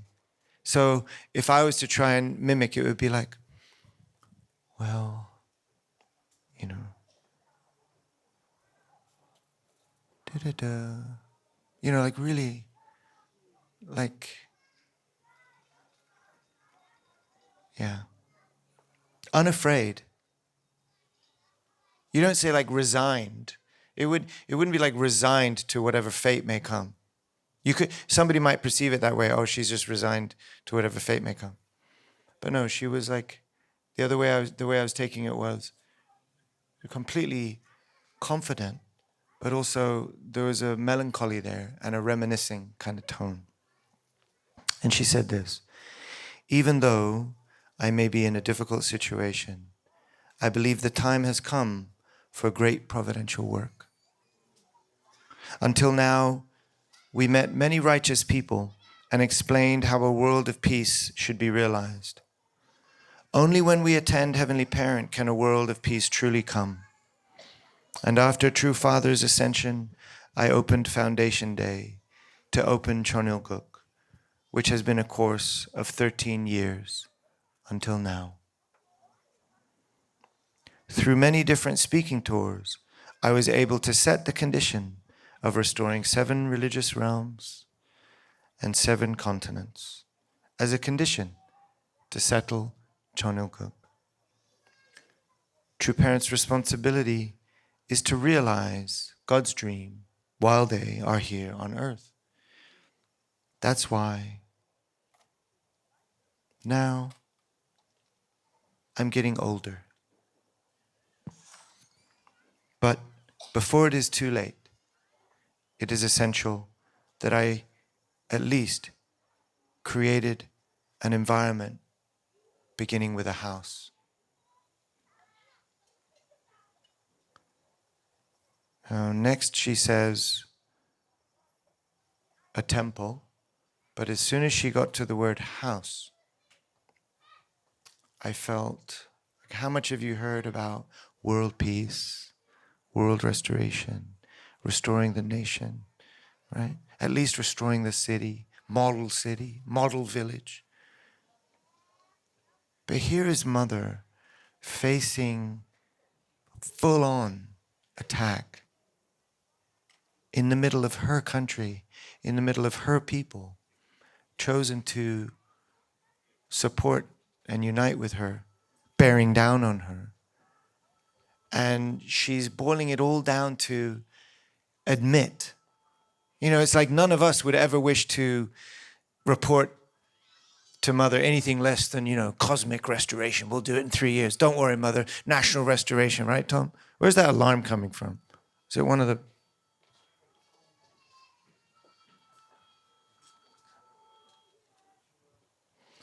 So when Mother got to this point of saying, like, at least I needed to build a house, my heart just went poof, because it's like, are you able to resonate with what I'm trying to convey? Mama, is it making sense? Tell me if I go too long, honey. It's only been 2 hours. Actually, I don't know, maybe 2 hours. My God.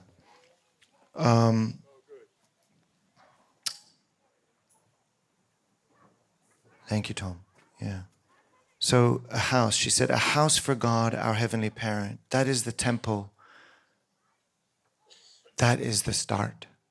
So what I've clearly felt Mother saying is, if this is as far as I can go, it's like that.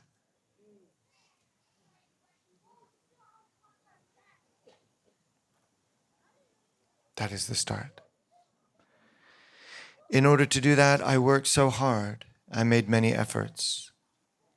And so, from the Christian realm, I decided to liberate Africa first. I went first to Senegal, which is a Muslim country. Back then, the Korean leaders advised me not to go. But I went nonetheless.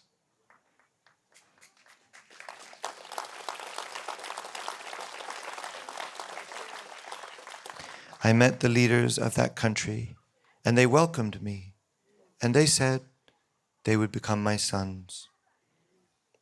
Within Christian history, Africa went through the most painful history. Christians who were supposed to bring the love of Jesus seized the youth of Africa and used them as slaves. Like Goree Island, when I went there, my heart ached. So I liberated them. Never should such things occur again. Thank you, Mother.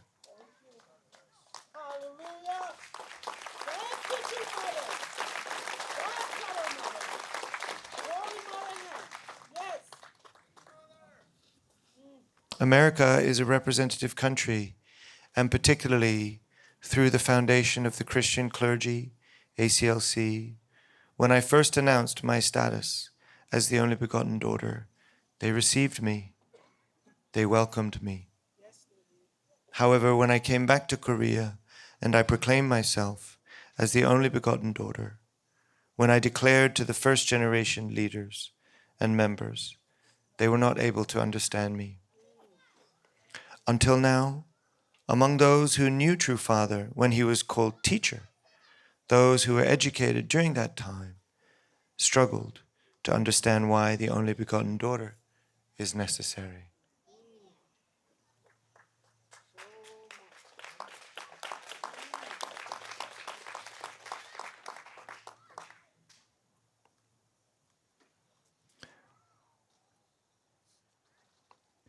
True Father, Mother really wishes you can help this point, Father.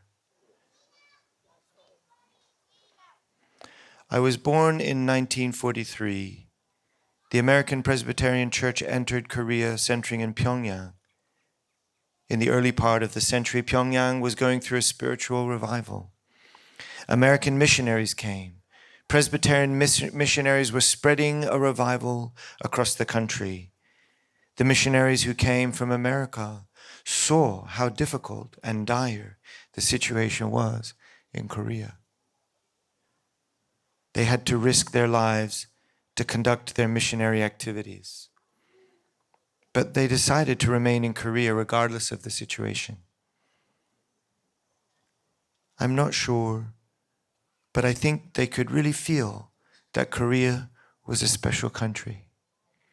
And then Dr. Jenkins and I immediately said, yes, Mother, they did. And that's their testimony. So I knew who I was after I was born. I knew who I was after I was born. I knew that I was God's daughter. There were many people who met me and gave testimonies about this as well. But the country had gone through Japanese colonization. And then at the conclusion of World War II, then Korea became divided between North and South. Kim Il-sung ended up working with the Soviet Union and was preparing to invade the South. But during that time, in the South, they had several intelligent, independent activists, but they were late. They were not able to form a proper army in time. That's when the Korean War broke out. The communists came all the way to Nakdong River. That's just north of Busan. South Korea was now in a very urgent situation.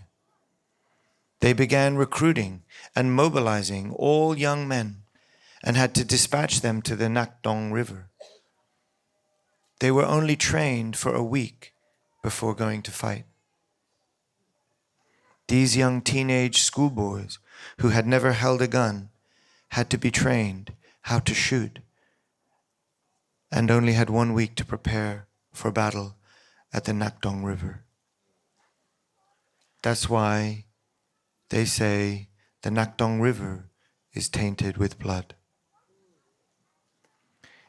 It was these young people who had fought, but among them I heard that some of them are still alive today. And they say, I'm listening to Mother talk about this, and she's just going really deep. She's like reminiscing. She's going really deep into this history and really personal. It was these young people who had fought, but among them I heard that some were still alive today. And they say that naturally they find themselves wearing their army uniforms on the anniversary of the day the Korean War broke out. They still have their uniforms, and they keep them clean, washing them, preserving them until now. And on that day, every year, they would wear their uniform they still think of it. They still think back and relive those days, thinking of their comrades. They still have this kind of life until now.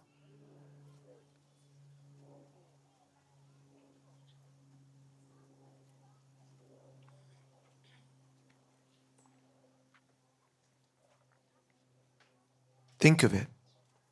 How could the 16 UN member nations come and shed their blood to protect this small country and help to protect the formation of democracy in Korea?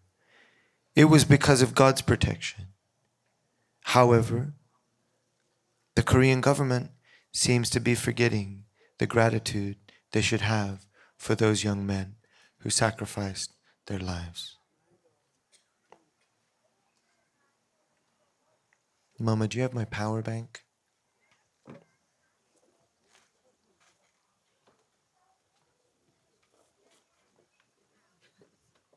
Thank you.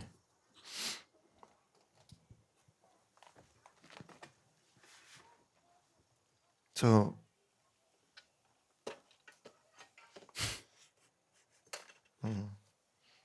is this the voice of a criminal?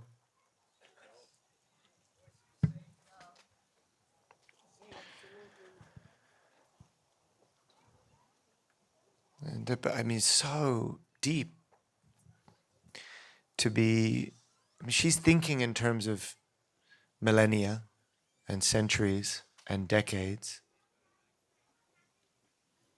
These vultures are preying on political power traps by, like rats, like looking for little crumbs they can find to accuse people. Mother's thinking in such grand scopes, so far above this world that men have created. And her heart goes to those people. Her heart goes to the Korean teenage boys who must have been fumbling around to even carry a rifle. And surely 9 out of 10 must have just gone into the river and got shot within seconds. Young boys. And then young boys coming from faraway lands. For what? To protect democracy, to protect freedom. And so mother's connecting that to think that, oh, now, regardless of who they may be, regardless of what party they may be affiliated with, but how could people be so heartless as if to forget the blood that runs through those rivers, that fed the roots of those trees?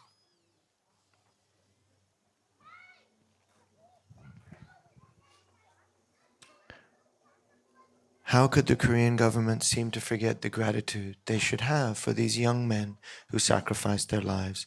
This was a period of protection. Why? The key point is that according to the principles of creation, the only begotten daughter had to be protected until she could reach maturity. That is why heaven protected Korea at that time. But the problem now is that in 1960, when it came to true parents' emergence, which was what Heavenly Parent had waited for so long, God had waited for 6,000 long years, enduring patiently. And when we think of that, as a person who knew well the pain that God had to endure for 6,000 years, I had to make a resolution. To be frank, it was really difficult. Now, the way she said this, I wish I guess you can see how mother talks just by watching videos of her talking in Korean.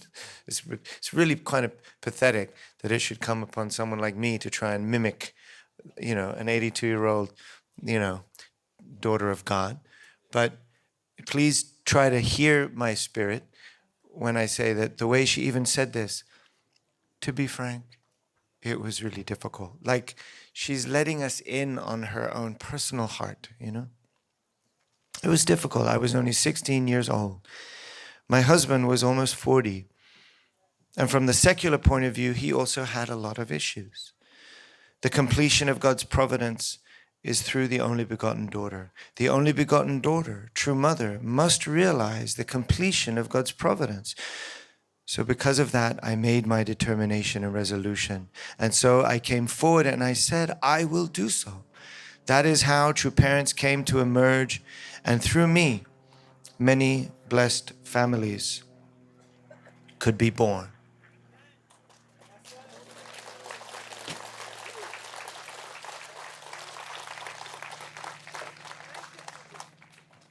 And wherever you go across the world, you can find second and third generations growing well. I know their faith.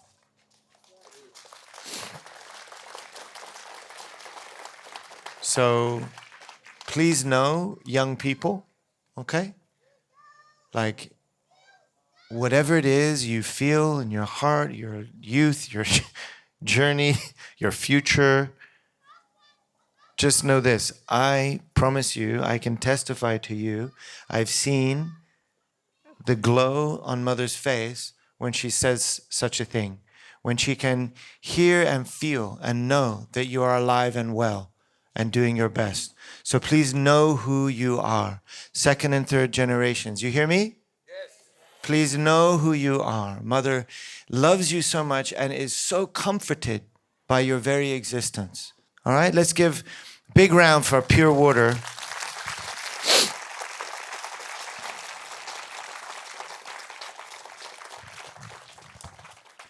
In a situation where the Soviet Union was communizing people and many people in Europe were tense, and the young people who heard the divine principle back then under those circumstances, those countries that were already communized in Europe, those young people who heard the principle and then went underground, and some even went to jail, and even one person died in prison. Some were later released. But we have such members who suffered such things.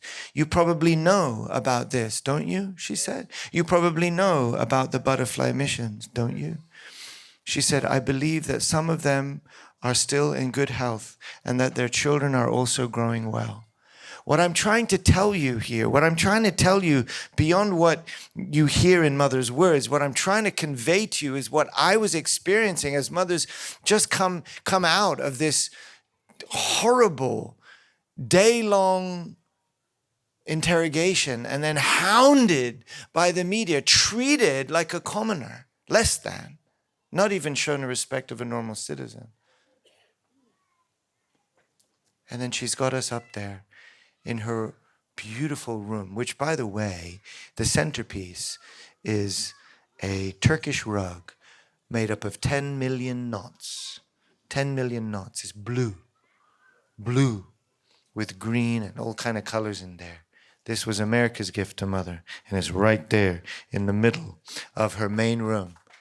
Yeah, so it's really beautiful. So, yeah.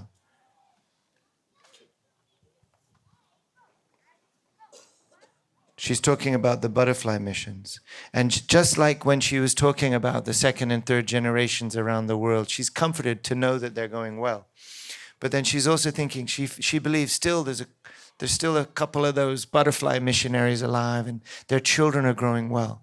I mean, just can you all give yourselves a hug? Can you give yourselves a hug? Yeah. Like, God really loves you. True parents really love you. And sure, I know we've all said and done and thought stupid things, and it makes us think we're not, the devil wants us to think we're not worthy of some crap like that. That's not true. Yes, you're worthy and you're loved. You're loved and you're worthy, and it's your existence that brings comfort to God. It's your existence that brings comfort to God. And yes, please pray well and make good efforts. But already the fact that you're alive and that you're here brings such incredible comfort to God. I can see it because I see it on the face of our beloved true mother.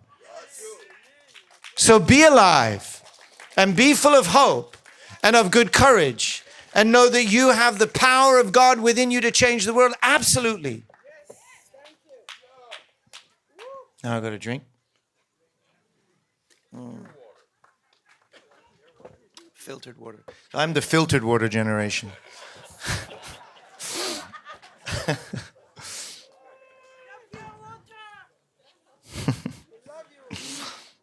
All right, where was I? My God.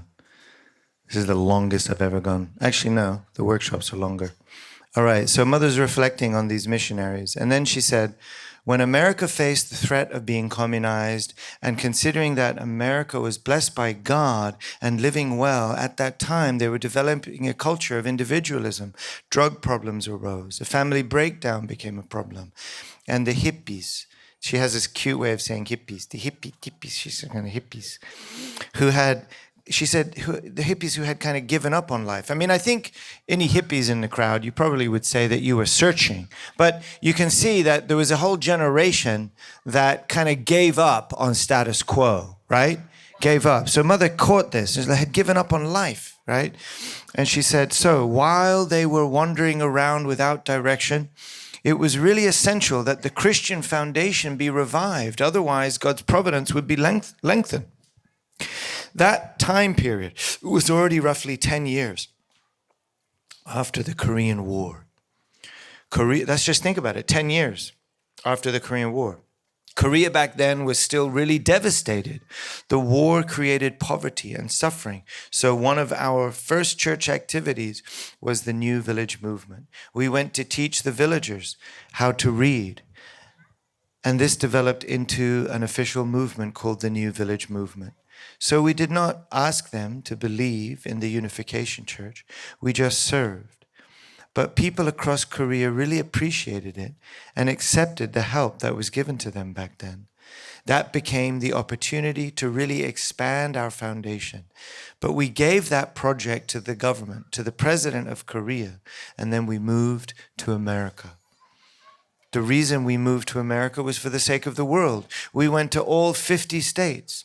We gathered righteous people and conveyed the word. And through that, we sought to revive the Christian realm again. And through these efforts, American political leaders somehow felt threatened by our activities and pursued a ban to block Father from coming to America. However, even though we were in such an environment, True Father returned knowing that he could go to prison. He returned nonetheless. The wise mother talking like this. So when we stayed in America, we conducted different rallies. And back then there was a Dr. Kaplan. And Father told him to declare that communism would collapse. But at that time, communism was at its peak. So since he was a well-renowned scholar, he couldn't bring himself to declare this, no matter how much he tried to think about it. But because he respected Father, he came to visit Father personally in Danbury to ask if he could soften the statement a little bit, just to say maybe communism might collapse. Maybe might. Father, could I say maybe might? But Father said, no. Father said, no. Go and state what I said. It will collapse. Can we give it up for Father? I mean, what a guy. I mean, geez. Unparalleled. So when I was in Switzerland and right across, I was some speaking event in Switzerland, and right across the place I spoke was the Soviet embassy. It was a dangerous situation, but Dr. Kaplan was there and he bravely spoke of the collapse of the Soviet Union on that day. You all probably know that story really well, right? She said. Also, in order to prove Father's innocence, the Christian realm worked together. Back then, in those days, from the Mormon church, there was a senator, and she was remembering his name, Orrin Hatch. Yes, Orrin Hatch. Sega Times president. She turned over to the president of Sega Times who was in the room. Sega Times president. Do not forget the name of Orrin Hatch. So she gave that little instruction and then I'm back. He was really a righteous person. When I spoke at the Kennedy Caucus Room on Capitol Hill, he was really supportive. And he really took good care of me because he had a very pure mind. He was always ready to support me. I felt that it was because he really liked me. Isn't that so? Did he really like me? Like, she was, it's right, isn't it? He liked me, right? And Dr. James says, yes, mother, he loved you. And then even before he retired, he told the president of America at that time that the American government should apologize to Father because he was innocent. The American government should apologize to Father because he was innocent.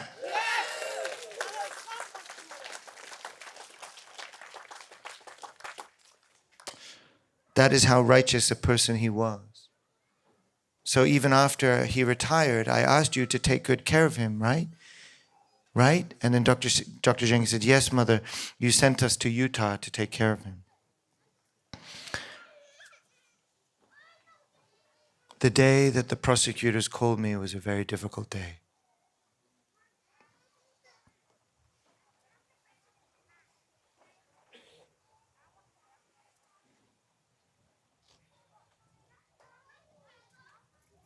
So what do we know about Mother? She does not live an ordinary life. True Mother sees herself as someone who lives not in the ordinary world, but in the area of like Holy of Holies type of world, okay? A sacred domain of heaven. She has consistently declared, I am not a normal person, meaning her life is wholly dedicated to fulfilling God's providence. Her words, her decisions, and her actions are guided by divine mission, not personal interest. She's born in a providential moment. She was born in 1943 during the final years of World War II, a time carefully prepared by heaven. Her birth marks the emergence of the only begotten daughter, the long-awaited counterpart to the only begotten son. She believes her birth fulfilled what God had been preparing for 6,000 years, a daughter through whom God could finally establish his lineage on the earth. She testifies to the failure, the missing aspect of Christianity. She explains that Christianity failed to fully understand the essence of Jesus and that mistakes have been made in the past 2,000 years. She asserts that world Christianity was meant to unite with her, not oppose her. She has particularly pointed out that Korean Christianity has a little bit of a challenge in this department and must awaken to its role and to its present providence. Are you? Come on, Christians of Korea. Come on, righteous Christians. We love you. Wow, my voice really echoes. I feel like I'm speaking to my people. All right. 4, she teaches us about Jesus' loneliness. True Mother often reflects on Jesus' path to the cross, not just as a victory, but as a tragedy, because those around him did not know his true essence. It was the only pathway afforded him. She emphasizes what was missing from Mary's understanding, leaving Jesus isolated. She recalls how even at the cross, it was only a thief that stood by him, while the people he loved turned their backs. She explains that Jesus' word to that thief, today you will be with me in paradise, contained deep spiritual meaning. And she often asks, do you know the meaning of those words? Do you understand the meaning of paradise? What it is and what it is not? There's more, right? Number 5, Mother reveals the purpose behind history. According to Mother, all biblical and human history has been the preparation for this point, for the only begotten daughter to appear. The 4,000-year-old Testament course and the 2,000 years of Christianity were not complete until her birth and maturity from 1943. She says that even after events like the Holocaust, as terrible as it was, humanity still could not recognize the truth of the providence. 6, Korea. As a chosen nation, she believes that because other nations could not fulfill their responsibility, God had to choose Korea as the birthplace of his daughter and as the central nation to fulfill the providence. Korea, therefore, she teaches, must recognize its divine responsibility and not waste the opportunity that heaven has granted to it. I love Korea. The first time I was in Korea, it was a layover on a plane on the Gimpo. Remember Gimpo Airport? Gimpo Airport. We're on our way to Japan, and we had to sleep over in the airport. And some kind gentleman came along and said, "They're going to kick you out. You're not allowed to. Let me help you." He was a Christian man, probably in his 40s, and he walked us all the way, like several blocks from the airport, to find an affordable hotel. And he didn't just like point to it. I mean, that's all he needed to do is say, "Guys, they're going to kick you out." I mean, that would have been kind enough. But he walked us to the hotel. And then he helped translate the entire encounter to make sure we got the room that we needed. Okay? And I was like, wow, this is like, no, that never happened to me before in America. And actually, if that happened to in America, you'd be, something's wrong here. Right? And I had to watch myself getting rid of those thoughts. Honestly, I felt like, wow, I'm looking at a true Christian here. Now, this is a real Christian, And he not only brought us to the hotel and translated the whole affair, he then walked us to our room. Now, if this is happening in America, you'd really be starting to freak out. But he was so wholesome. And then not only did he walk us to our door and say good luck, he actually opened it and he came in, showed us how to take off our shoes. And it was like one of those old Ondol style. We got to pull out. He's showed he's like made our beds for us. This absolute stranger made our beds for us. I don't know. I seem to remember that he even paid for the room. If I remember, I wouldn't be surprised if Uncle Kevin got him to pay. Anyway, yeah. So I have these kinds of experiences all the time. I especially love the older folks in Korea. I have to say, can I go off on a slight detour? Sorry, you hungry? You're hungry. Didn't you bring his little snack bar? Keep him in check. Okay, go give him his snacks. Take another Tic Tac, courtesy of William Archibald. Let's give it up for William Archibald. All right. So, what was I going to say? Oh, yeah. I prefer how they used to drive in Korea. They used to drive badly, like crazy. But there was a certain heart with it. Korea used to be free. They used to drive how they wanted to. It's kind of dangerous. And now it's so intense in Korea. Like I get so uptight when I'm driving, right? Because like every 100 yards, there's police lights flashing. There's cameras. Every kilometer, there's another camera. And then your car computer is speaking at you. Bing, bing, bing, bing, bing, 80 kilometers. Speed camera, check. Bing, bing, bing, bing, bing, bing. And actually, I've got two. Because if you've got your phone in the car, the computer of the car and your phone is speaking to you through the sound system in two slightly different accents. Bing, bing, bing, 80 speed limit, 80 kilometers, 80 speed limit, kilometer an hour, bing, bing, bing, bing, bing, bing, bing, bing. Like 100 miles, 100 kilometers. Box camera. Rear view camera. Satellite camera. Underground temperature check camera. It's like, and the screen is flashing red. You're driving like, I just wish it would say, "Hey, Damien, it's going to be okay. You can have a great day. Just drive safe. If you get tired, stop for a coffee. If you want me to tell you where it is, I can guide you there." That would make me drive more peacefully. But I find my foot on the accelerator, I'm stressing out because they're constantly telling me how to drive. But it's not just the cameras and the computers. The Korean drivers today, my God.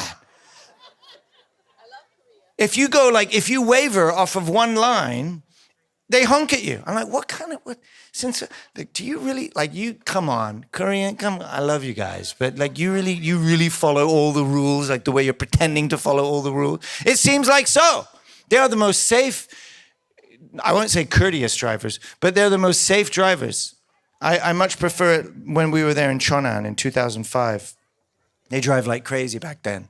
And there was something about the spirit back then. I love the old people in Korea because they remember the old Korea. You know what I'm saying? They remember the old Korea. And you sit down at the table and they feed you and you feed them and you share. And I've had so many of these wonderful experiences. The young people today in Korea are really stressed about the economy, by the way. Really stressed. It's not good. There's very little upward mobility. It's hard. It's not like here. So we've really got to hold out for them and see how we can help them. They need your help, okay? So I'm on this list about Mother. All right. She's traveled the world. Why? True Mother explains that she and True Father spent 40 years plus in America, not for comfort, but to lay a global foundation to save the world, My God. She recalls hundreds of trips to Japan, or over 100 trips to Japan. Despite the pain of the history between nations, that was not the issue. It's necessary to go to Japan and love the Japanese. And she did it over 100 times. You know, that's how many times she went to Japan? You know, Father couldn't go that many times, unfortunately. She emphasizes the importance of the blessing movement. And she says, leaders like President Bush and others participated in that providence also. She recollects, I mean, it's like this woman that has done and sacrificed all these things, done all these things. Oh, what? She's going to be there? You know what? There's somebody's laying it out on the white. Okay, tell you what we're going to do. We're going to meet this guy and we're going to give this guy a bag. And then that guy's going to give this guy a bag. And then that guy's going to go give that guy a bag. And they're going to leave it in a little, leave it in a train station. And they're going to pick it up and pass it to that. I mean, it's like ridiculous. Actually, even the entire amount that the church is being accused of, peddling or meddling is like really quite insignificant on the grand scheme of things. All that should have happened is Mr. Yoon should have been fined and maybe up to a year.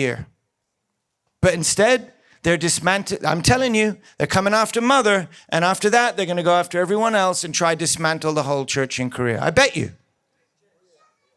Oh, can't happen. It's not legal. That wasn't legal in Japan. Did you know? There was no legal pathway to dissolve the church in Japan. So guess what they did? They made a new pathway.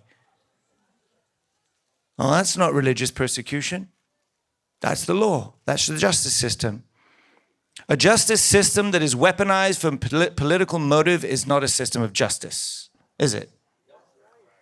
All right, guys, come on, America. We need you. Let's keep going.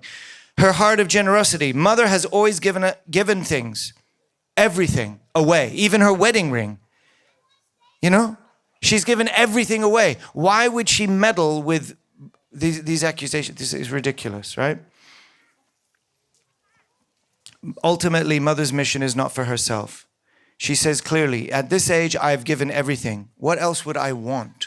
What else do I need? My life has not been driven by ambition, but mission. Not ambition, mission.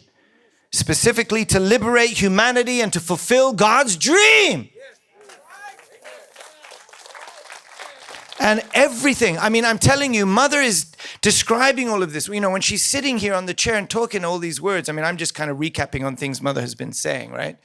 But the love with which she speaks even about the people who are persecuting her.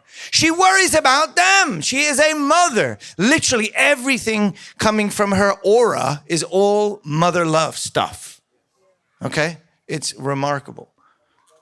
Mother loves stuff. And by the way, in all these meetings, there's little chocolates, little snacks, little coffee. She goes for a rest and comes back and refills your cup. So what's her legacy? True Mother wants to harvest the full meaning of God's providence before she passes into the spirit world.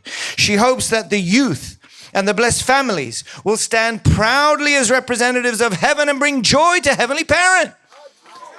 Now, by the way, if you want to bring joy to Heavenly Parent, your joy's got to be a part of that recipe. You're not going to be able to bring joy by suffering your way into heaven. Amen. Those years are over. They were supposed to be over decades ago. So let's get with the program. Let's really attend Heavenly Parent with joy. Mother's vision is not that just of a church, but of a world transformed by love where God is attended as the parent of all people. Aju! So anyway, Mother at the end wrapped it up. And she said, Damien, you spoke really well. I think that's the first time I've ever heard that. That's kind of a big deal. So let me just take some, wow, Damien. She said, Damien, you know, and I'm becoming like my president. Damien, you spoke really well. And then what was it she really liked? She liked the idea about welcoming Trump. So she turned to the World Mission. She said, World Mission Headquarters Director General and Mr. Do from HR. Are you here? Yes. Okay. So together with the Korean HQ, mobilize all young people. And remember, when I met Hun Sen of Cambodia, we took a picture together and he proudly spoke of it. So it would be good if our young people can welcome the President of the United States of America, Trump. So make a big picture of Trump and a big picture of Mother and as well and say, we support America. Please do so. Mother is calling on us to mobilize to welcome the United States president in Korea when he travels there. So how should we have? Tens of people? Or hundreds of people? Or thousands of people? Millions? That's the big announcement, by the way.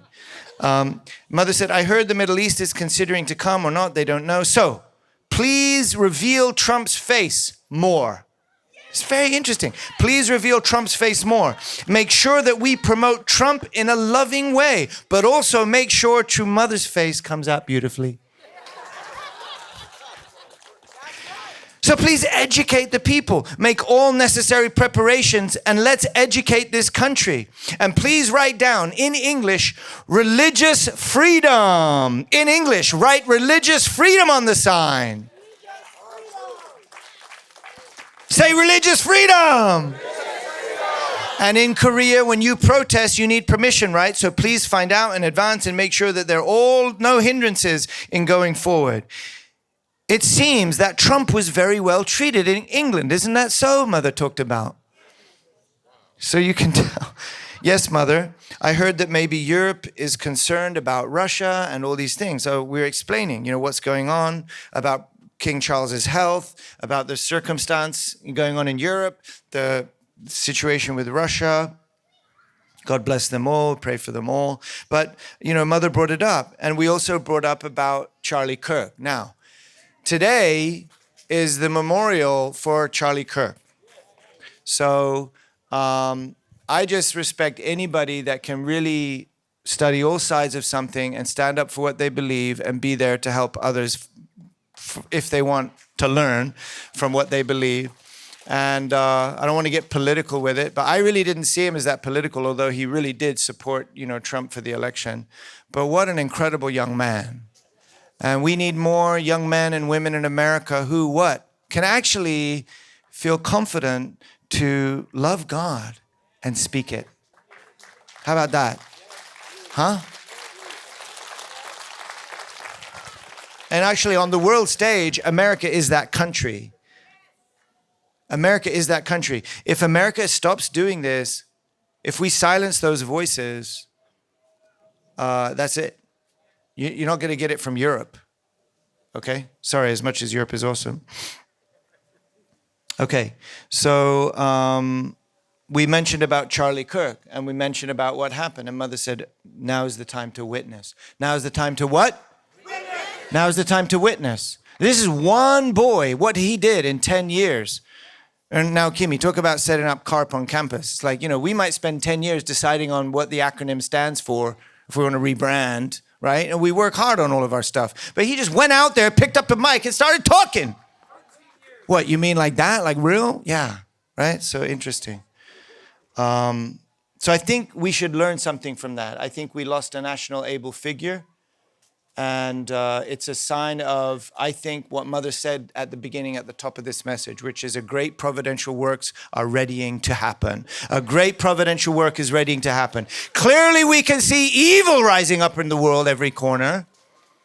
But, God's going to come through and clutch this. I believe this.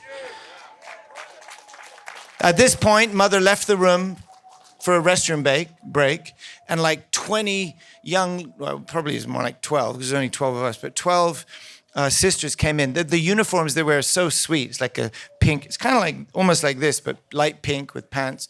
And they came in and served everyone like new tea. We had coffee and snacks, and now it's a coffee and chocolate. Now it was a tea, I can't say which, I don't know, but tea and little like buns, like bean buns. And she came back and she said, okay, please enjoy the tea and please enjoy, just feeding us.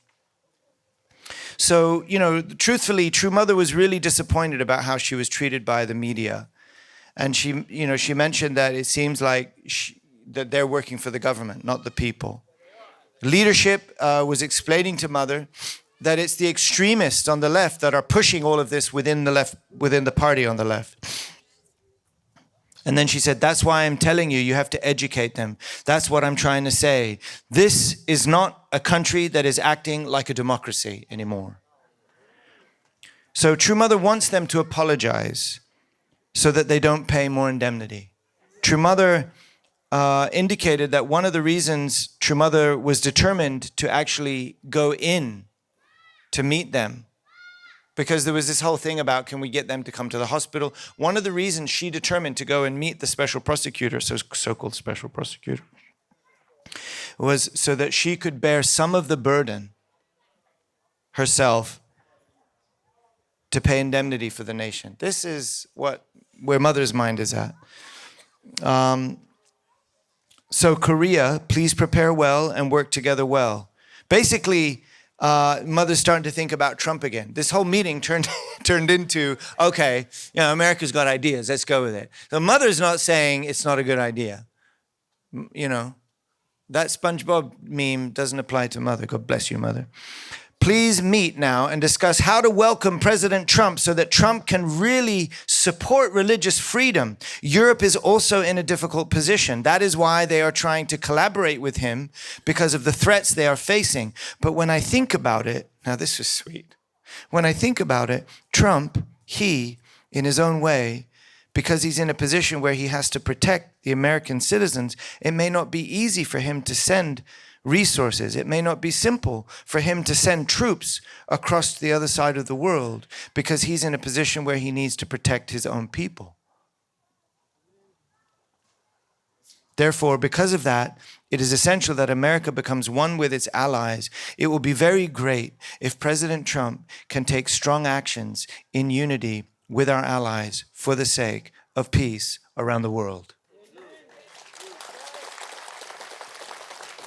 In North Korea, I heard, did you hear how many soldiers they are sending to Russia? Dr. Jenkins said 14,000, I think, Mother, we heard so far. So, for this country to realize peace for the sake of the world, it is essential that this country stands with the American president to fulfill that responsibility. We must consider more than just our economy. Trump must consider more than just the economy. This country has experienced losing its sovereignty before. For example, what is the use of an economy if we lose the people? So my position in Korea is that we must love God, love country, and love people. So, APEC, when is it? Mother, it's October 31st to I think November 1st. Huh? Starts October 27? So it's the end of October, right? It may be, and then she turned to me, and this really kind of like got me. She turned to me and she said, oh, it may be difficult for you to stay here until October, right? So what do you think she's saying? What do you think she's saying? So listen carefully. We're getting to the end.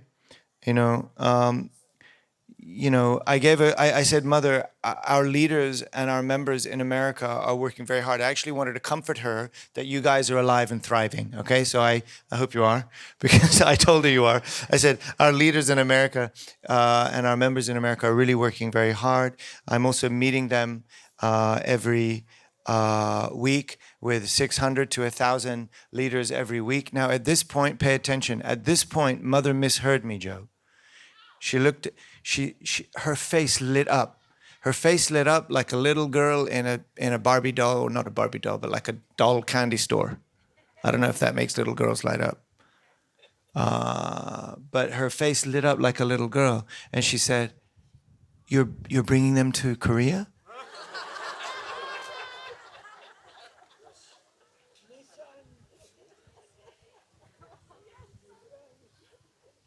Yeah, remember, the bombs are going off. She's given this whole 1 hour, longest I've ever heard her give this deep, soft, reminiscent type, I was sitting there the whole time. She's talking about parallels between Korea and America, between, father in prison, mother with all this, all these parallels going on. I'm wondering, what's it going to be? Really? Mother's going to be detained? Is there some kind of situation that we might experience in the future where we can't even go and see Mother, or that her health is compromised, that the golden era is shortened? Is this what we've arrived at? Is this what we've allowed to happen? And she's sitting there just like sharing this like honey, just lovingly, you know. And it gets to the point where I'm just trying to tell her some practical things. The reason I'm telling her about meeting every week, Reverend Reynolds, I didn't want her to worry that I'm like completely out of the loop. I mean, I know you guys are doing all the work right now, but I'm not completely out of the loop. Like I'm touching base every week and occasionally one-on-one. But I was just trying to tell her I'm having Zoom calls. But she heard me say, Tyler, they're coming here? You're bringing them here? I said, no, Mother, I'm talking about a Zoom call. I said, no, Mother, I'm talking about weekly meetings that we're having. And also I was thinking of coming back every week or every 2 weeks to each region to touch the members and to mobilize the members, yes, to come back here to Korea to help you, Mother.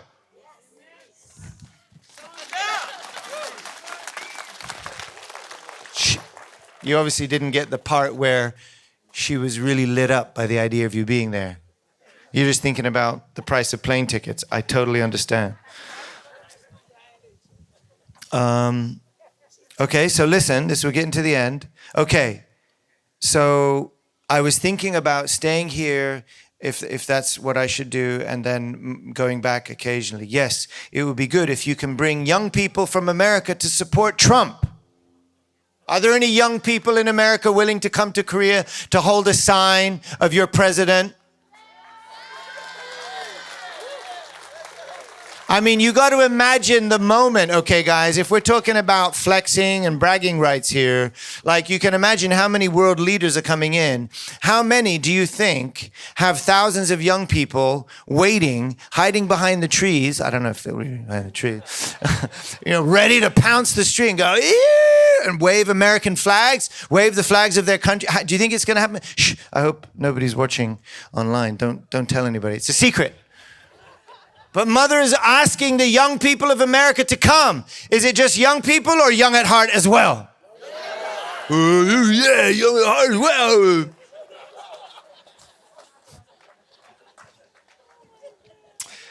So she said it would be good.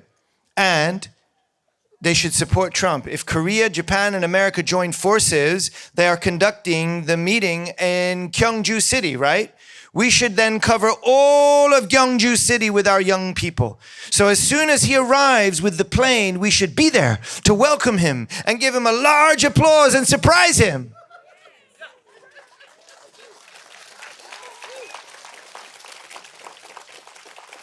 America now is the main representative nation of democracy.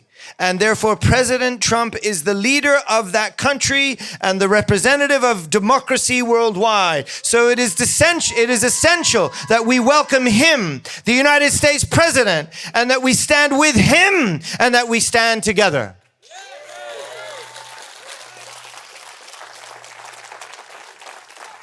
So guys, really, let's get out of any political divide. Enough is enough. Enough is enough. It's really hurting us. And it doesn't matter. We'll vote however we want, 3 years later. That's not the point. The point is right now, this country is the last bastion of freedom and democracy. Europe needs you. Asia needs you. How the heck can we help anyone else if we don't stand up for freedom? Stand with our president. And Mother's asking us to. This is a direction. Have you ever heard that before? So bold. It's bold. And I'm saying it live on camera. So Mother, then, it is my understanding that I should stay here and go back and forth for now to continue with the extra mission you asked of me. And I gave her a brief report about upcoming things. We have the granddaughter of Nelson Mandela coming in a few days, and Dr. Kalfani from the United States. We're kind of bringing one or two people from overseas. Dr. Taj Hamad has been helping us. We've been working on this. Instead of doing a big conference, like just bring one or two and try to meet local ambassadors, meet ambassadors for peace, just eat together, walk through the garden at Hannam-dong together, share stories together. Just, Mother said, love them, love them. It's like it's like soft power, heavenly diplomacy. Is that what you'd call it, Tom? Something like that? All right, sounds good. So she said, yes, stay at Hannam-dong and offer a lot of devotion so that the guests are able to sense the holy atmosphere, spirit and truth. That's what I'm saying. So what I'm saying is that you should raise miracles, and I'm sure that many righteous people will want to work with you. When I go to America, I try to meet as many righteous people as possible, even if just personally with one or two. At this time, when heaven is working on the earth, even one righteous person prepared by God can move a nation. Because of that, some may not be able to travel now all the way to Korea, but it may be possible to meet them in America. And then with that connection built over time in the future, they can come. It's like mothers facing imminent threats, bombs outside the window, but she's thinking about long arcs of human history and her place in it. And she's thinking about long tracks of the future. She knows the family federation future is bright. Yes. Bright like the morning sun. Golden like the morning sun. And she says, in the future they will come. And then she closed with this. She said, this is actually a season of apples. It's interesting because all that week I had been trying to explain this diplomatic soft power mission she gave me. It says it's kind of like Johnny Appleseed multiplying, because she wants people to come to the house, feel mother's love, and then take that love and testify where they go. Kind of like little Johnny Appleseed. So she concluded with this. So we're in the season of apples. The apples are ripening, she said. The apples are ripening. Let's have some apple pie. Apples are ripening. She said, every apple has a time when it ripens. This is the season. Shall we conclude? She said, shall we conclude? But I'm asking you, shall we conclude? So, can you guys play? I want to read to you the lyrics to the German song. And this is a song that she sang to the pure water. Can we play that track? Lindenbaum tree. Is that a lime tree? Lindenbaum. That's a fruit.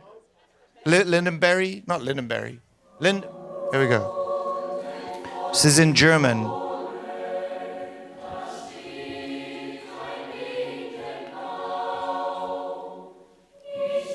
This is the song that Mother remembers now.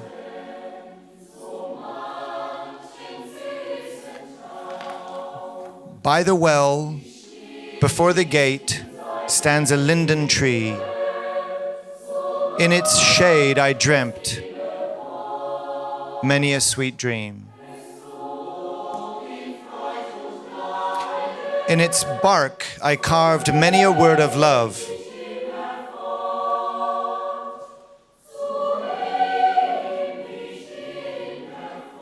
In its bark I carved many a word of love. In joy and sorrow I was ever drawn to it. Today too I had to walk past it at the dead of night. Even in the darkness I closed my eyes, and its branches rustled as if they were calling to me. Come to me, friend, here you will find rest. The cold wind blew straight into my face. My hat flew from my head. I did not turn back. Now I am many hours' journey from that place, yet I still hear the rustling. There you will find rest. There you will find rest.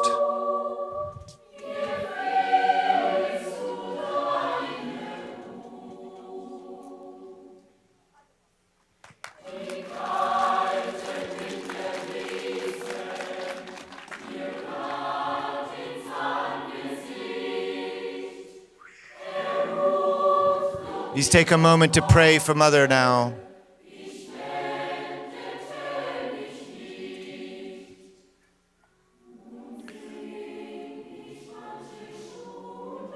Beloved Mother, America is with you. We are with you. America is with you. We are here with you, Mother.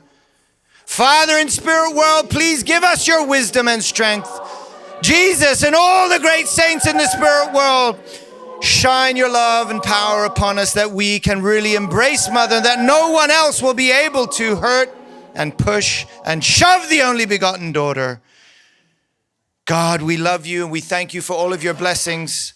Please, with all that are here in America, right now in Belvedere, in this beautiful place, in this season when the apples ripen, in this season when the trees are singing their final songs, when the birds and all of the insects are still playing, and the children find comfort in the sun to play on the grass, when our families are gathered together, and we remember that there's nothing worth fighting for that doesn't include our families. There's nothing worth fighting for that doesn't include God. There's nothing worth fighting for that doesn't include God's dream. There's nothing worth fighting for that doesn't include protecting, supporting our beloved true parents.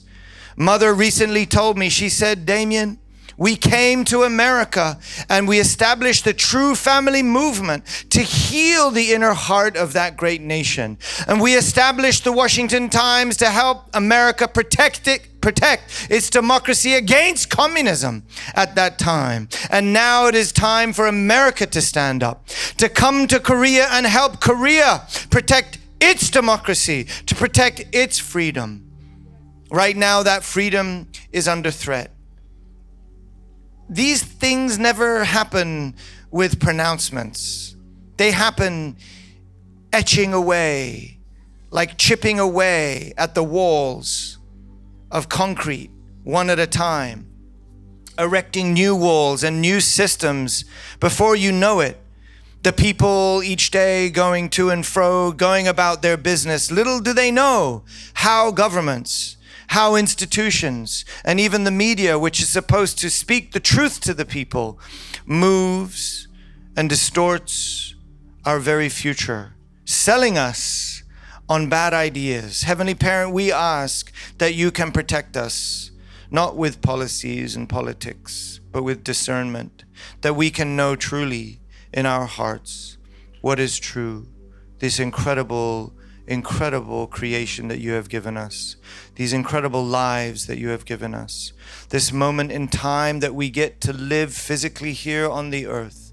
And at this time, as if by miracle, the time that true parents walk among us, still with our beloved mother with us, the fulfillment and culmination of 6,000 biblical years. Heavenly Parent, you waited and longed for this time. And now we're standing at that time. All we can ever feel from Mother is her warm embrace. Sometimes it comes as a cool breeze on our face. Sometimes it comes as a warm cup of coffee and comfort food. Sometimes she delivers pizza and hamburgers to thousands of people at a time because she's worried that they might be tiring of Korean food. Mother's the one that thinks of all these details. Mother's the one that makes sure that we have refreshing water in the heat of the sun, or that we have warm clothes in the dead of winter. Mother's always thinking about these things, and she's only with us for one lifetime, and she's already in the final season of that lifetime. Many of us here may be of a similar age, but there is many among us, Heavenly Parent, that have decades ahead of us, maybe several decades ahead of us. And so those of us who are senior and those of us who are younger, let us be a people who knows that we are one family, the fruit of true parents, the fruit of your labor and love, God. And that we here in America, not only here in the Northeast or here at Belvedere, not only for all the countries represented, for those that might still be watching online, we ask that you can bless each one of these families, God. Bless each one of their parents, their children, their descendants. Bless the works that they are busy doing for you, God. Let them see how you belong in their work, God. And please bless them and love them and encourage them and give them the wisdom of discernment to know the blessing that we've been given, so that we can stand up straight and noble and speak of our love for you, God, that we can be confident in our love for you, God. And let us go and tell people what we see. We are truly a beautiful people, a wonderful community. Sure, we've got problems, and half of us are crazy half the time. But that's probably because that's all you had left to work with. And we were the ones crazy enough to believe for long enough, to have faith long enough that we could get to this point.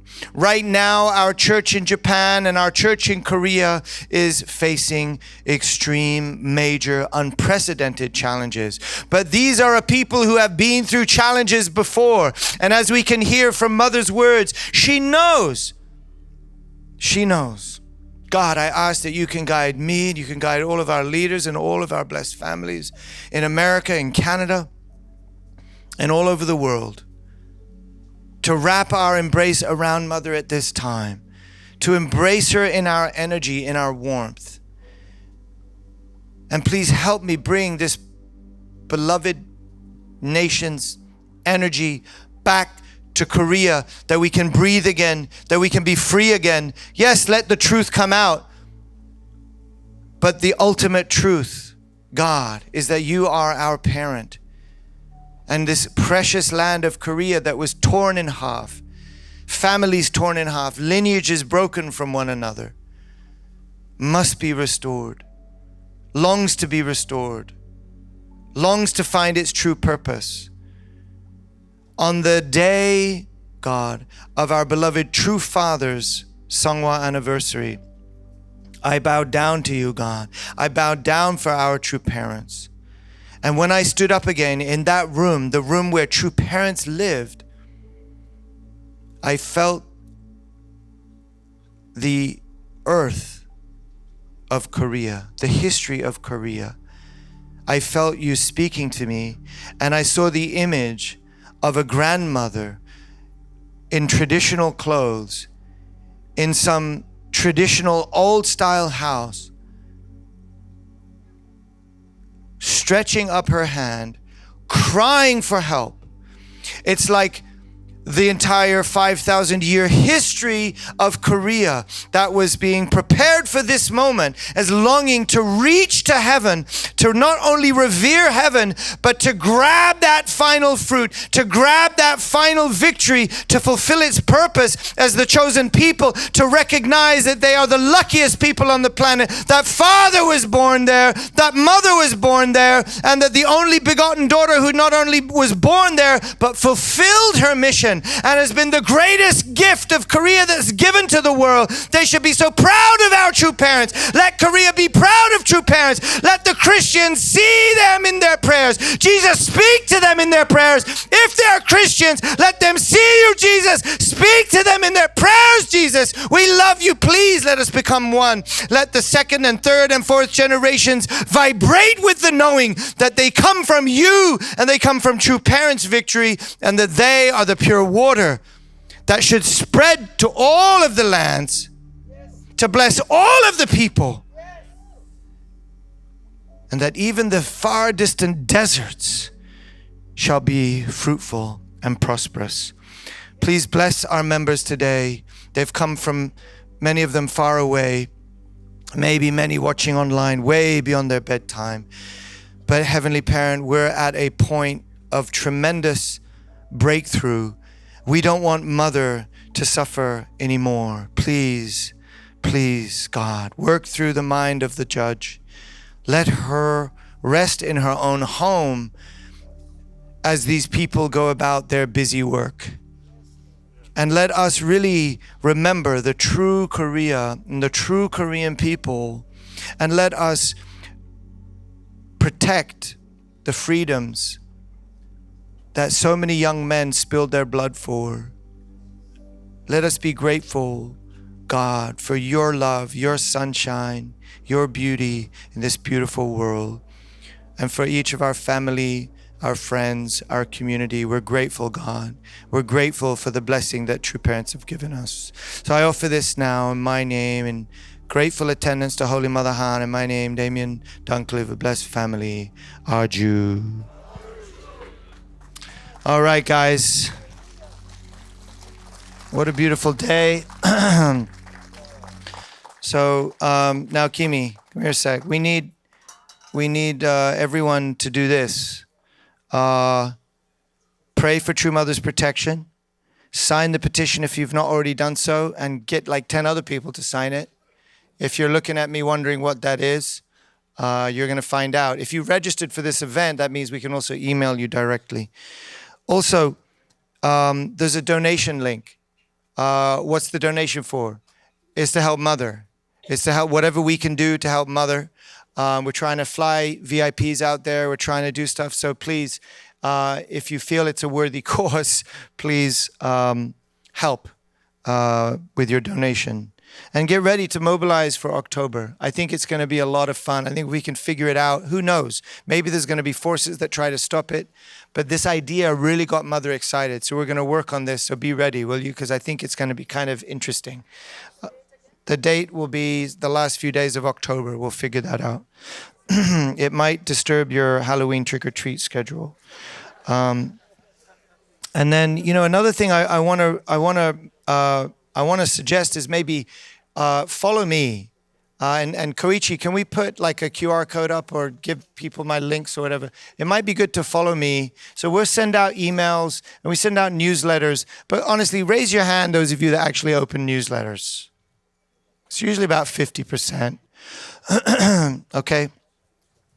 So not everybody opens the newsletter. Not everybody gets the announcement at church on Sunday, like blah, blah, blah, blah, I'm hungry, blah, blah, blah, just feed me now, right? Right, Bruce? Okay, so follow me on Instagram if that's your flavor. Twitter, I'm trying to be more active on Twitter. I'm sorry, X. And Facebook's fine, but follow me and I'll try do what I can to keep you in the loop. And if there's urgent things, that might be sometimes the quickest way to catch up with what's going on. Okay? God bless you. Thank you so much. Yumiko and I are going to be getting on a plane in a few hours. I'll be hanging out for a bit more, but I'm sorry, this is really long. Usually I'm more animated, but I wanted to try and emulate Mother's soft tone. She's really embracing. And I don't know that men do the best job of like conveying embracing with all their hollering and spitting. So God bless you. Thank you guys so much for being here. Enjoy the rest of the day.